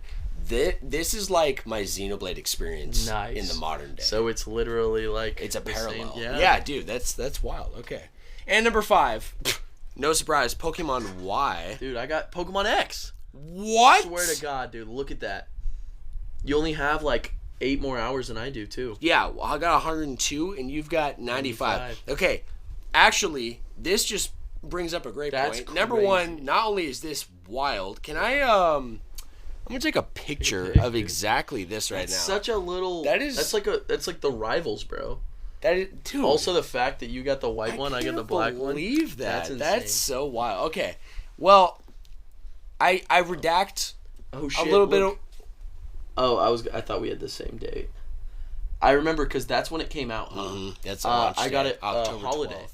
So I literally on Christmas. I got a 3DS on Christmas. No way. Yes, I got the blue 3DS. You know how they the blue and the red. Yes. I got the blue one, and then I got X. No, XL. The XL, exactly, dude. And then I also got on Christmas Day. You got the red one? No, I said the blue one. Oh, because I got X. Well, what's crazy is not only is our color the Flash Bros blue. I got this blue tablecloth for the cast now. Nice. We both chose the blue. Let's go. 3DS. Technically, Santa chose it for me because I was 13 at the time. Hey. But it was perfect. It was fate. My guy, what I will say was my one social experience with the 3DS was Pokemon Y, because it was the first game in a long time, and I think the last, that I went to a midnight release. Oh, yeah. At GameStop. With, like, random people. Nice. And it was fun. Everyone was talking about Pokemon. I was like, so sick. Dude, it was like pre-Pokemon Go. I've never done a midnight release. Oh, shit. They don't do I just them backed anymore. out. I know. Well, shit. Times have changed. Okay, and number 6, Persona Q. What do Try you to guess got? how many hours I have on this? Street Pass, Me Plaza. 94 hours. No way. 431 times played. Average play time was 13 minutes. I didn't just leave it on. I would just get on, play it, and that was 431 times over the entire time, and it went up to 94 hours. That is actually insane. That's actually insane. Yeah, that's wild.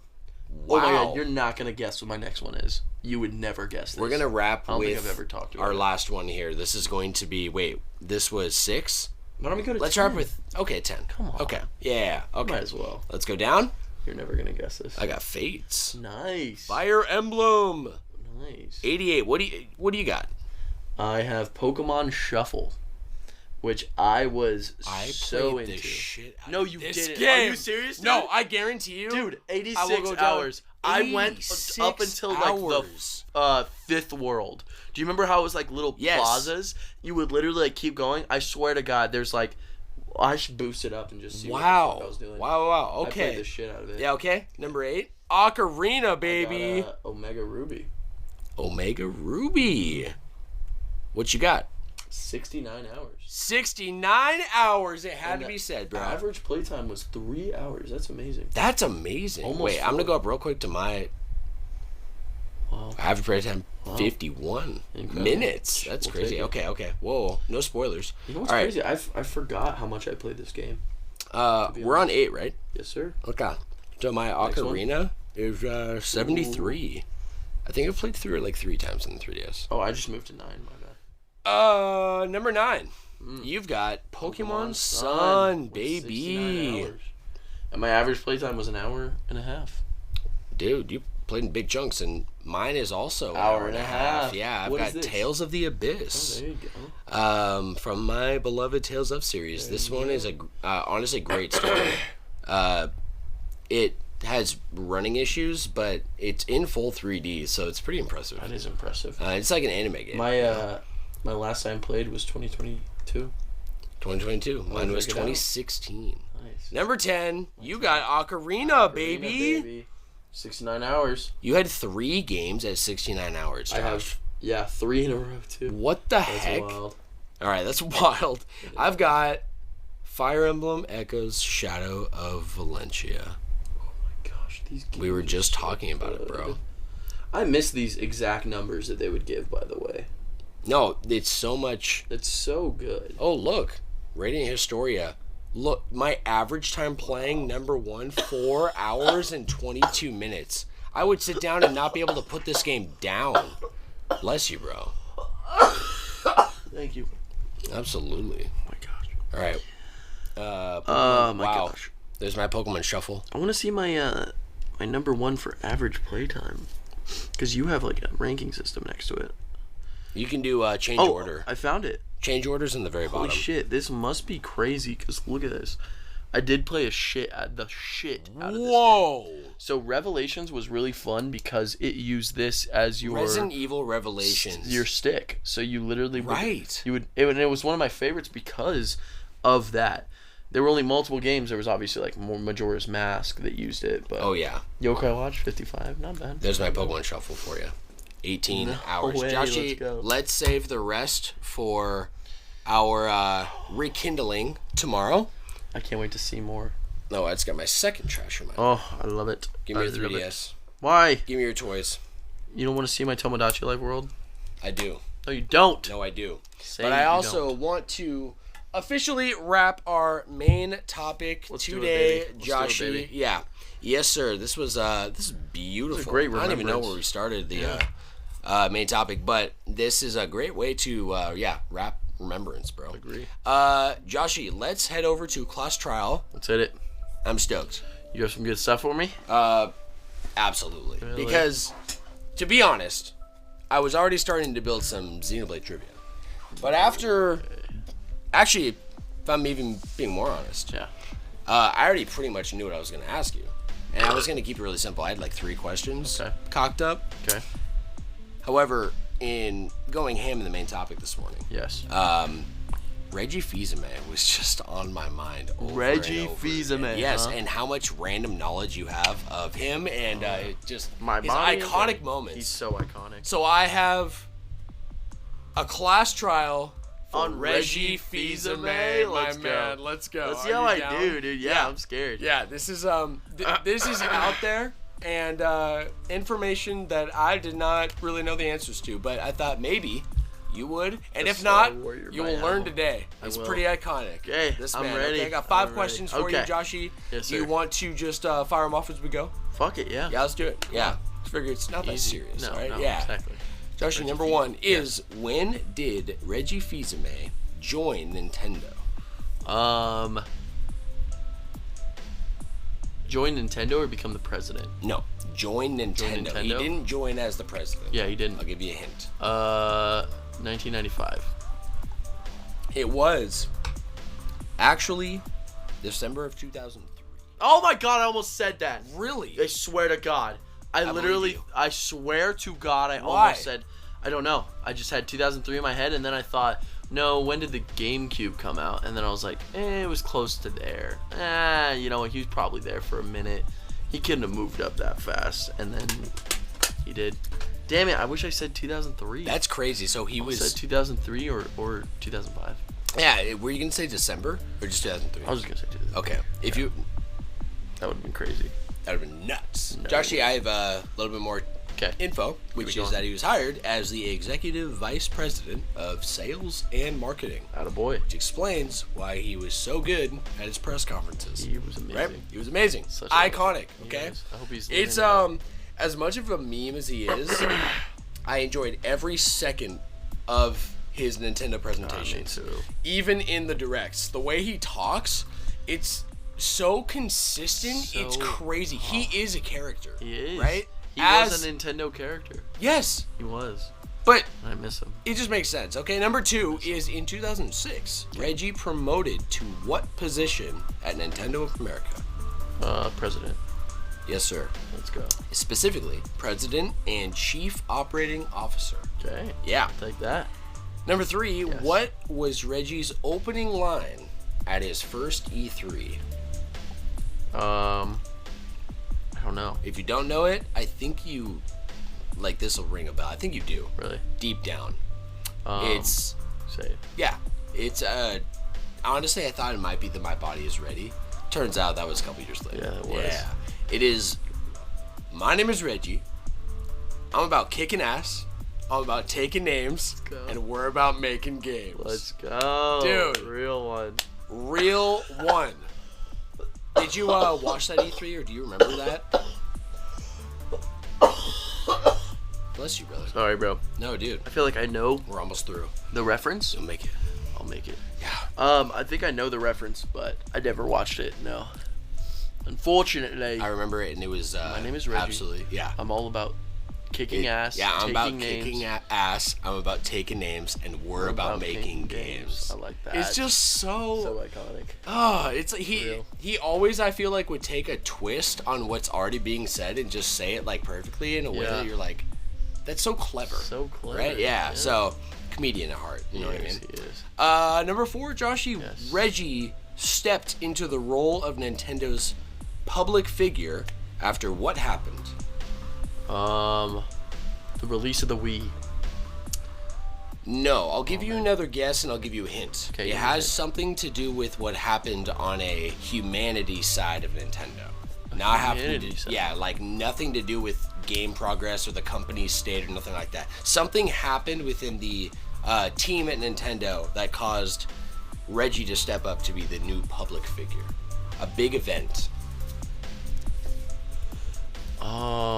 And you definitely know what happened. I do. Yes. I do. Yes. Sure. Absolutely. Okay. Like huge headline news.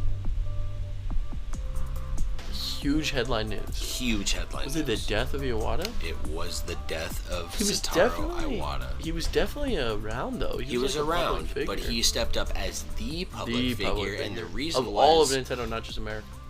yes, all of Nintendo, because Kimishima, which is the successing right. What am I saying? The successor to the president, so he Yeah. became the 5th president of Yeah. Nintendo. Yeah. He didn't quite want to fill the role of public figure and like deal with that kind of the direct communication. He felt like Reggie was better. Got you. Yeah.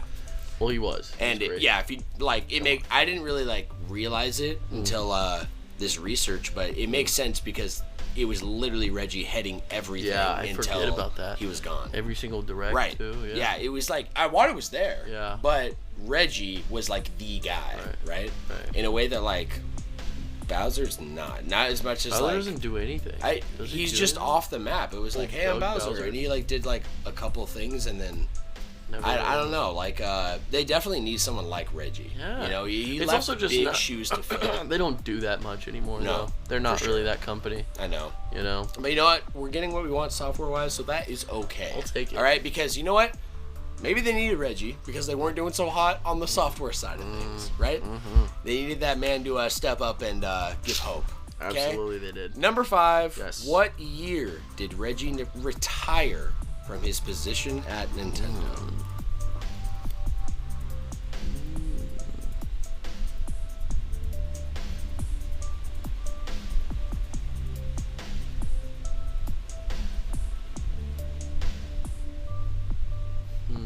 It's a tough year. Mm-hmm. I'm gonna say 2018. You are 1 year off. What do you think Was it it is? 2017?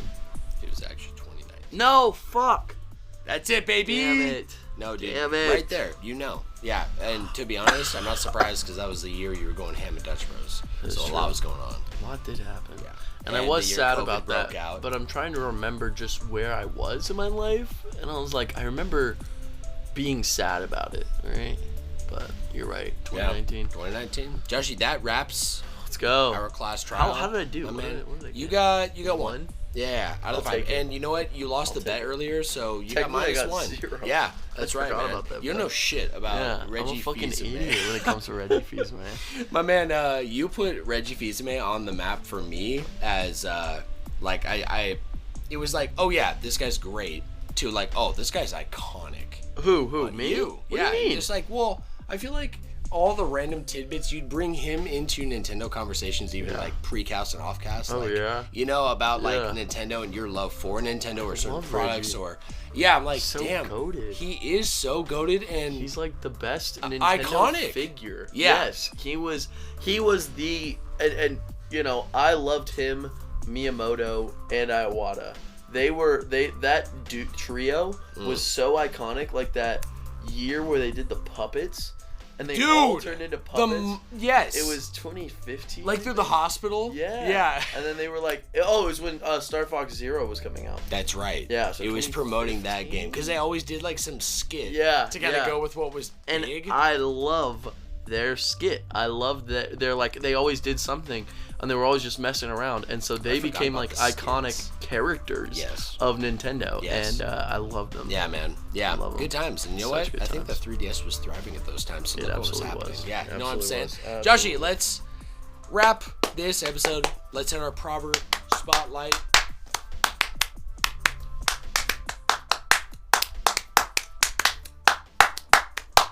Woo! That's it. That's the quote of the week. That's all I'm saying. Let's wrap, baby. Okay, so we've got our weekly wisdom inspired by the legendary Uncle Iroh. I have a Iroh. quote for you Yes. that I got directly from the last episode I watched of Seven Deadly Sins. Seven Deadly Sins, huh? Yes, sir. Let's hear it. This quote comes from Meliodas in season 4, episode 20. And as it's wrapping the episode, very iconic. I actually want to show you this scene after we wrap the Oh, yeah? cast, if that's okay. Of course. Because I want to bring your headspace to where I'm feeling in this show, and I think this quote is iconic. He's saying this to Arthur as Arthur is flashing. Arthur is accepting now that he was forewarned of a great enemy needing him to draw the sword, and he's looking and he's very disappointed that enemy is Meliodas. Yeah. And he looks up to him and he respects him. So he has a flashback of his moments with Meliodas, and Meliodas says in a flashback, "Listen, in the end, it's not what others think of you that's important. It's how you care about others." Very true. With a little to make it lighthearted, right? Whatever, Elizabeth. Oh man, iconic as So good. hell, my man. Does Kendall know that it's also Bryce Papenbrook? Does she recognize him? Yeah. I don't know, like I've asked her like a couple times, like when we first started, but I haven't asked her recently. But 'Cause I it's feel just like such it's different roles. it's isn't so different, and he really, the more you understand the deeper sides of him. Yes, dude, his voice acting. I mean, He's so good. this is, if I remember right, this is like pre-season 4 or the final season of AOT, right? Yes. Pretty sure. just the way Yes, his season 4 is. vocal evolution has gone. And It's not that far from it, though. You're right. Yeah. Yeah, I think because it started in 2019, I think. Yeah. Yeah. Wait, which one? Seven Deadly? The show? Yeah. No, it was from way earlier. Season 4 Why does it was say... probably like 2019. Oh, okay, because it says 2019 on Netflix. So well, season 4 was like 2019, and then season 5 was okay. like, I didn't start watching it until we lived together, so that was after 2019. Well, it was one of the first anime on Netflix, remember? Oh, yeah. And people were it's like... Netflix original, baby. Yeah, it is. Yeah, I was going crazy. Yeah. Joshy, that is That's wrap a wrap for this week That's of a the wrap. Flash Brothers podcast. It is another week down. That's right, checked baby. off on the list. 41 weeks. 41 weeks. Let's keep it Crazy. going. My friends, thank you for joining us. As always, being here with Joshy and I's just conversation. Don't Thank you you for feel too blessing like me. it's it feels less about a broad, like, you know, when you first like start broadcasting anything, I think it's like you're aware, and we're still aware that this is being broadcasted, but it feels very.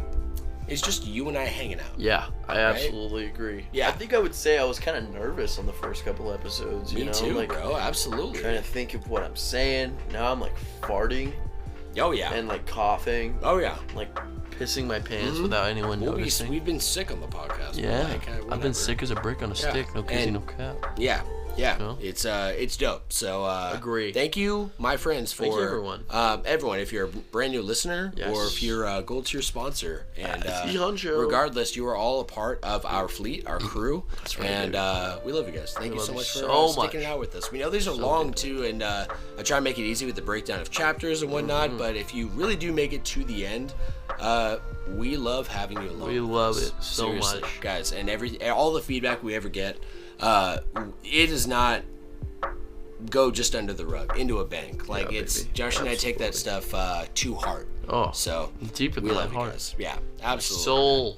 Big blessing to be Big here. blessing for Joshy, sure. let's plug one last time. Perfect. One last One last one blast. before you eject your heart and soul. Don't forget Jesus. to send your listener submissions for next week's episode and check out the Spotify Q&A. That's right. I already wrote down some things I'm going to be cooking on there based on what you said earlier, buddy.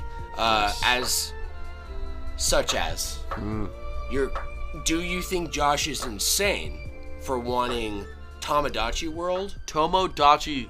Yes. Tomodachi World go. over And Ocarina HD? I would agree I am crazy. So gonna whatever find you out. guys say. We're Whatever gonna you guys find out. say. Yeah, whatever you guys say. I'm voting towards crazy. Yeah. I'm gonna vote for At least he's self-aware. So, my friends, Yeah. for the others who are self-aware, patreon.com/flashbrospodcast That's right. or send us an email, flashbrospodcast@gmail.com. As always, once again, Absolutely. thanks for cooking with me today on this voyage. Of course, good Joshy. Grateful as hell for you. bro. I'm grateful for you, and I'm grateful for everyone out there. Everyone go grab your 3DSs, have a good time, and Yes. enjoy the weekend, my friends. Absolutely. Last call. Be Last safe. call. Spread love. Enjoy your weekend. Bye.